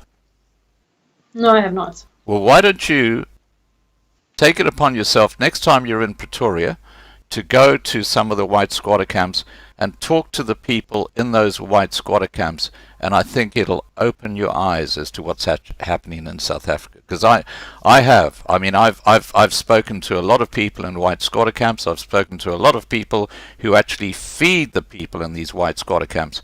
And when you look at what the ANC's racist policies have done to the white community, in particular in South Africa, it's an eye-opener. And I challenge both you guys to go and visit some white squatter camps and talk to these people, and I think you're going to find out things that you never realized. Scott, I'm afraid that you fail to see that it's the political system that we inherited from the UK that is oppressing people, both black and white and in between. It is the system that comes from our colonizers that is destroying this country. And we need to get rid of this. We need to decolonize the political system. And we need to decolonize the economic system. And you keep failing to understand that. You keep harping on ANC and black versus white. And you're just a pawn. You're perpetuating this. You have fallen for the tactics and the strategies. And it's a shame because you have a huge platform where you can really make a difference in this country. So you really need to think about the message you're perpetuating and stop harping on about the ANC and recognize that it's the UK inherited political system that has sent this country into the dogs. It's the UK system. Okay, well, I guess one shouldn't speak about white and black squatter camps. That very notion is problematic because you can go here to Cape Town to squatter camps where there's people from all races living in those squatter camps. So I don't have to go up to Pretoria. Maybe in Pretoria white squatter camps exist, but down here it's mixed. So I understand where those people come from. And poverty knows no color. Yeah. And so does government incompetence no color. I understand that poverty knows no color, but when you speak to them one-on-one and say, hey, what happened? Why are you here? Yeah. That's what I'm talking about. When you go to a community of whites living in appalling conditions, and you speak to them one-on-one, this is my challenge to you. I just want to ask you guys, just do it. And I think you will have your eyes opened as to the impact. But also, Scott, you have to be realistic here. There's not a lot of companies. There are many companies that don't necessarily employ the BEE policies because it's not necessary for them. And they employ people. Poverty has nothing to do with the BEE policies. Poverty doesn't know color, doesn't know race. Believe me, BEE has a huge amount to do with white poverty in South Africa. Huge, absolutely huge. Well, BEE shouldn't exist to begin with, as Lauren said before. And the point that I think she's trying to articulate is that if the New World Order agendas are removed, what she's proposing with the OOM will make all of what you're talking about irrelevant. Yeah.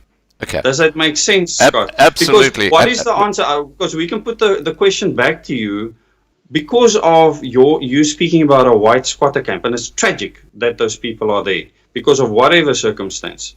And I have spoken to people in these conditions. There's actually white people living in Kailicha, believe it or not, and Dunoon and many other places. Some of them privileged white people that deliberately went to live there. That Lauren grew up with, went with her to school. So we know a lot more about this than you can ever imagine. We haven't discussed this in detail. So there's a depth where this comes from that made her make the decisions that she did to make the things you speak of now irrelevant, because carrying on speaking about it is the problem. It is the problem. And it's difficult to understand or comprehend at first. Okay? I had friends that used to walk around at night when they were 18 and beat up bergies, as they called them, just for fun. And I know lots of people that do that. And Scott, if you're honest, the things that people say around braais that is not discussed in the open tells you how rife racism is, and just a hate for what people perceive to be a lower form of existence, human existence. And it's disgusting. If people would go into any area and start helping other people, assisting them like there were people in their church that is needy or whatever, things will change overnight. We cannot depend on this government for anything because we don't have a government. So we need to change the way we think first. And I had to go through a transition, Scott.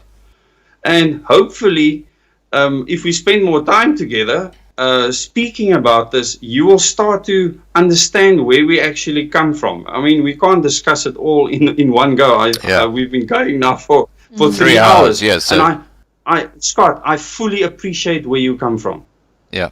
And Lauren does too, but she will not, and she's absolutely right, will not give in to the problem, which I was also stuck with in the past. I was stuck with that same problem. I was proven wrong on many things, because of personal experience. So I know that the solution involves everyone. Now, it's difficult to look past the mainstream media and what they've created with Oppenheimer, with Rupert, with Rothschild money to make you speak about what you're speaking about now and making those people sit in the squatter camps. Those shouldn't exist at all. Ask yourself, why did their communities not help them? They are. You know, They are. Let me tell you something. Those white squatter camps. No, we don't mean giving soup and packages. No, we don't mean that. No. Well, what are you meaning then? In most of these circumstances, if you actually look at the root cause of what happened, and it's called root cause analysis. It's something we did at Kuburg in the nuclear industry, right, where you really get to the bottom of the issue or a problem. A lot of these people lost jobs or have drug rehabilitation problems, don't get along with their family. A lot of them have been molested. Many of the people on the streets, the majority of them, don't want to go back home. Most of them actually, and Lauren worked with him in the city of Cape Town. Some of them were City of Cape Town employees that are on the street. And I mean, Lauren has an uncle that lives on the street. When you're looking at homelessness, I mean, which is different to the squatter camps, slightly different to the squatter camps, you're actually looking at certain mental issues and trauma. You're looking at people that have been traumatized in some way or the other. And it's very seldom the economic situation that they find themselves in is just a consequence of that trauma. And I think it's very similar with the squatter camps and the white squatter camps you speak of, that there's more to it than just being disenfranchised by the BEE policies. It obviously is making a difference. I mean, I saw the difference that it made at Kuburg Nuclear Power Station. There are a lot of unemployed people. We acknowledge that. 100%. But that's why what Lauren's trying to do is offer a solution that makes all of those other things irrelevant. Because the question I can ask everyone, so what do you want to happen because of this that's going to solve our country's problem, considering the global situation? Right. And the answer is no one has that answer, Scott. Well, that's a discussion for another day, because we've been going for over 3 hours, and I know you guys, it's getting late over there. Look, I've really enjoyed our discussion tonight. I think it's lovely to get different perspectives, different viewpoints. I don't agree with many of the things that especially Lauren has said, but I respect her right to say what she feels.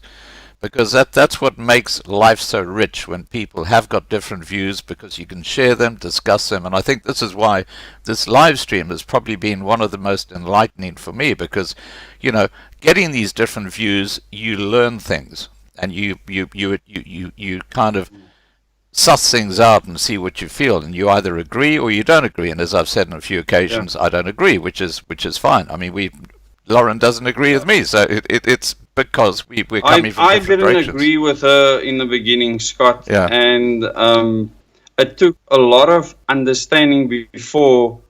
It took me 2 months, literally. Which isn't long if you think about it. No, for me, I mean, I can process a lot of things in my mind. I've been tested to do that, so it's a lot of past bias a lot that I had to get rid of, and I have to be honest that those biases are perpetuated. And those biases come from the apartheid government, and I hate using that word because it was a setup as well by the Rothschilds. They were funding the whole demise of this country. I mean, the old apartheid system was a communist system. I mean, they employed everyone in either the police service, in the prison service, in ESCOM, in so many other places, people that wouldn't normally get a job. And people were entrapped in that system. Then you went to the military. I mean, there's so many things that wasn't free. I grew up in that system. So I can speak from personal experience. Yeah. And it took a long time for me to understand what she's trying to do. I do believe that she has the answer, and that is the key. To get everyone to see that will take time. So people are converted to the OODEZZ So ideologies. just to be clear, we could fix this country tomorrow. The problem is people's understanding of the vision. And that's a shame. And I the tell global you, situation. I tell you the great dichotomy I have with your political party or movement, and that is that you've got one person who is not elected, and I know you started the organization, but you know that person is basically in charge, and it's not a democratic type, and that's the only huge issue I have. And it can't be. We're fighting for a democratic country.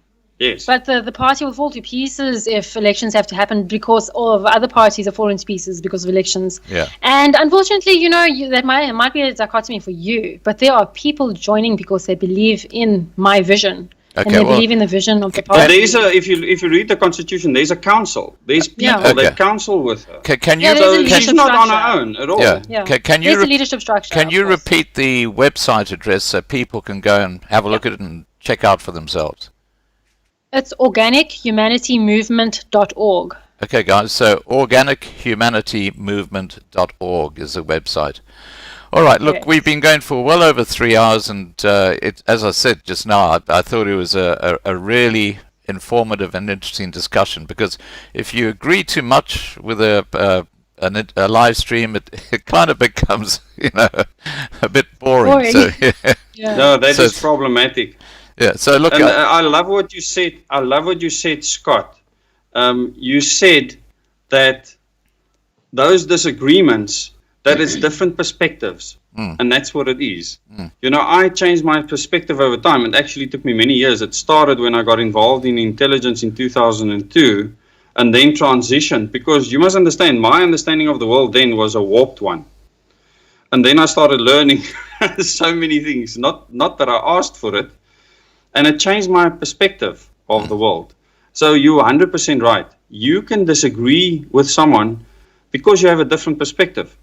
And what Lauren has to do is try and convince other people to get a perspective of her understanding. And that's what any good person will do if they believe they're doing something I good. must add that if you put love and compassion first in your life, then what I'm trying to do will make a lot more sense. If you put love and compassion for all people first What's the on your values? priority The list. values of OODEZZ. Yeah, the values of OOM, which means these values conduct how and why we do everything we do. It's love, knowledge, justice, and action. But love is the very first value. And that's, why I got involved in politics and why I started a party. It's all out of love for my children, for all the children of South Africa, for all the people of South Africa, and for South Africa as a nation itself. And if we put love first, and I know probably a lot of Christians are watching this, if you put the teachings of the Savior first in your life, then you'll see that what I'm saying and what I'm promoting makes 100% sense. And division is not necessary. And all these farm attacks and all the things that you're worried about, Scott, and they're real worries. It's Lauren thinks about all the concerns happening. And I haven't given you my perspective on the Black Lives Matter and the farm killings, because a lot of them are orchestrated by organizations. It's definitely not hate crimes, and it's supposed to be heinous. That is why a lot of them aren't thefts, but it's actually torture. And Lauren admitted to that earlier, that they're actually torturing people. With the Black Lives Matter movement, the Black Lives Matter movement is not the people attacking a specific race right now. There's other movements behind that. Okay? And they've hijacked something. Just like they could have hijacked Leave Our Kids Alone. And a lot of people were spreading fake news about what was happening in the schools and what was going to be in the syllabus. Fake pictures. And Lauren stuck to the high ground and gave the accurate pictures. gave the accurate news. Yes, from so the, that's another tactic that the powers that be Yeah. use. They will plant misinformation themselves to discredit people that are Okay, exposing them. I'm going to wrap up the live stream, but what I want to do is close off with one question to the side chat. Okay, and now this is one of the huge problems I have. If you think the ANC is racist, please put 1. If you think the ANC is not racist, please put 2. Let's see what people think in the side chat. Now, while that's happening, Des, is there something you'd like to say in closing, just to people watching, and just a generic, situation? Just say what you. I think the most important message I want to bring to people is that there is hope. I lost hope, Scott, some time ago. And I couldn't see a path clear for success in South Africa. You must understand, I was part of the succession idea and how we could actually separate ourselves from the mess. Now I know it's impossible. Okay, Right. and I can. So there's hope. What Lauren came up with was inspired. When she wrote the Constitution, she sent it to me, and I was at Coburg. I was a project manager. And when I read it, I couldn't believe that my wife wrote this. And she couldn't remember what she actually had written. So when I read it, I knew that what she was doing was something very profound, Right. and very inspired to save this country. So I believe there's hope that all these evil people that you've spoken of, that are opportunists and many other things, okay, because I call a spade, Right. they can be taken to task, and we can take the power away from them. And how you do that is by empowering individuals in communities. If the individuals in the communities on the farms, okay, are in communication with each other, try and protect each other, it's irrelevant what the race is, then they will be protected against these people orchestrating attacks, not just there, in many other places.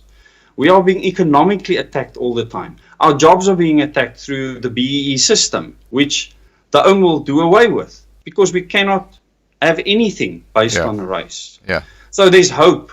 And that's important to me. I wouldn't be doing what I'm doing now and have a channel OODEZZ where I'm exposing these things if I didn't think it was going to make a difference for us to have a future in this country. And not just here in Australia where you are, New Zealand, all the other countries that are very far removed from where the battle zone will be in future. And we didn't touch on that now. But we have a chance to create something special because things are going to get bad Yeah. in the world. But South Africa can have a very unique position in that situation and circumstance. I truly believe that. And people are at the moment flocking to what Lauren is saying because the pennies are starting to drop now. It takes a long time. She has thousands of followers, okay? But the party itself, to actually grow something like that, and I mean, I have no position in the party, I'm just a member. I've threatened a couple of times to resign from the party, to be honest with you, because I think my way and she thinks her way. And, you know that myself and you, we think very much alike. But I have seen the potential in what we can do now and do something really special. And you know, because I'm a Christian, I believe that the Savior set the perfect example. And the fact that he spent time with sinners and people that were bad showed us that we can actually go across wherever we are not comfortable. Where we would say, no, I don't want to associate with that. Go there and then find out for ourselves. Because the mainstream media is feeding you rubbish on purpose. And that hope is what I want to leave with people. There's hope for this country. The world is going to go down the tubes. I'm sorry, it's going to end bad. But South Africa can be different. Yeah. Okay. And democratic. I think we can be the only true democracy in the world. I think we will end up being the only true democracy in the world. And the strongest nation because of our diversity. Right. Our diversity is our strength, and the New World Order knows this, so they have to break us down. We are targeted. That's why we've had the worst lockdown. Have you ever considered why that happened in South Africa? We are key to what is happening, what must then happen in the rest of the world. Because we are a testing ground for third world circumstance and first world circumstance. I So tend to agree with you. Yeah. So we are a testing ground, and we have been for a very long time. Yeah. And these families that you know about have been perpetuating this, meeting with the world leaders, having the discussions with Nelson Mandela when he was released.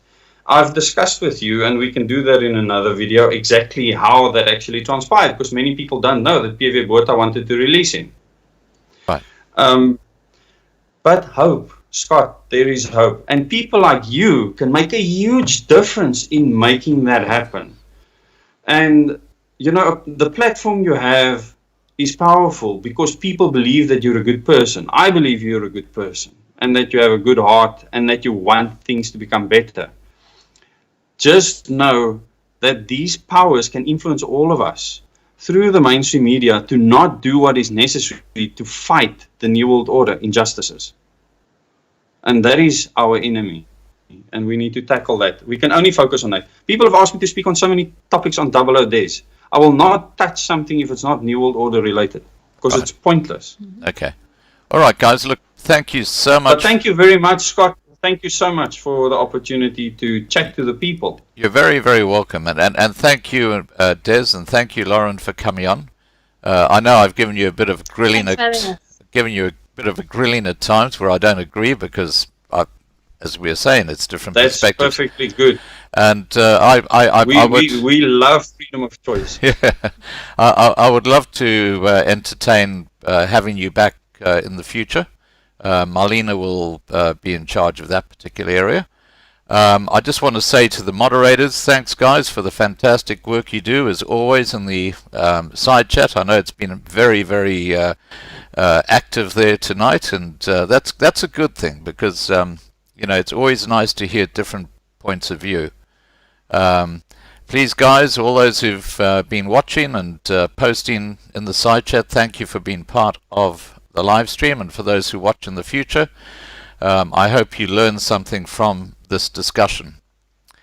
Right, with that said, I'm going to now shut down the live stream, and finally just thanks once again Des and Lauren, and everybody, please guys, take care. I know things are not good in South Africa, but please take care. You're part of my family, the Loving Life family. Ciao for now. Thank you. Thank you. Bye.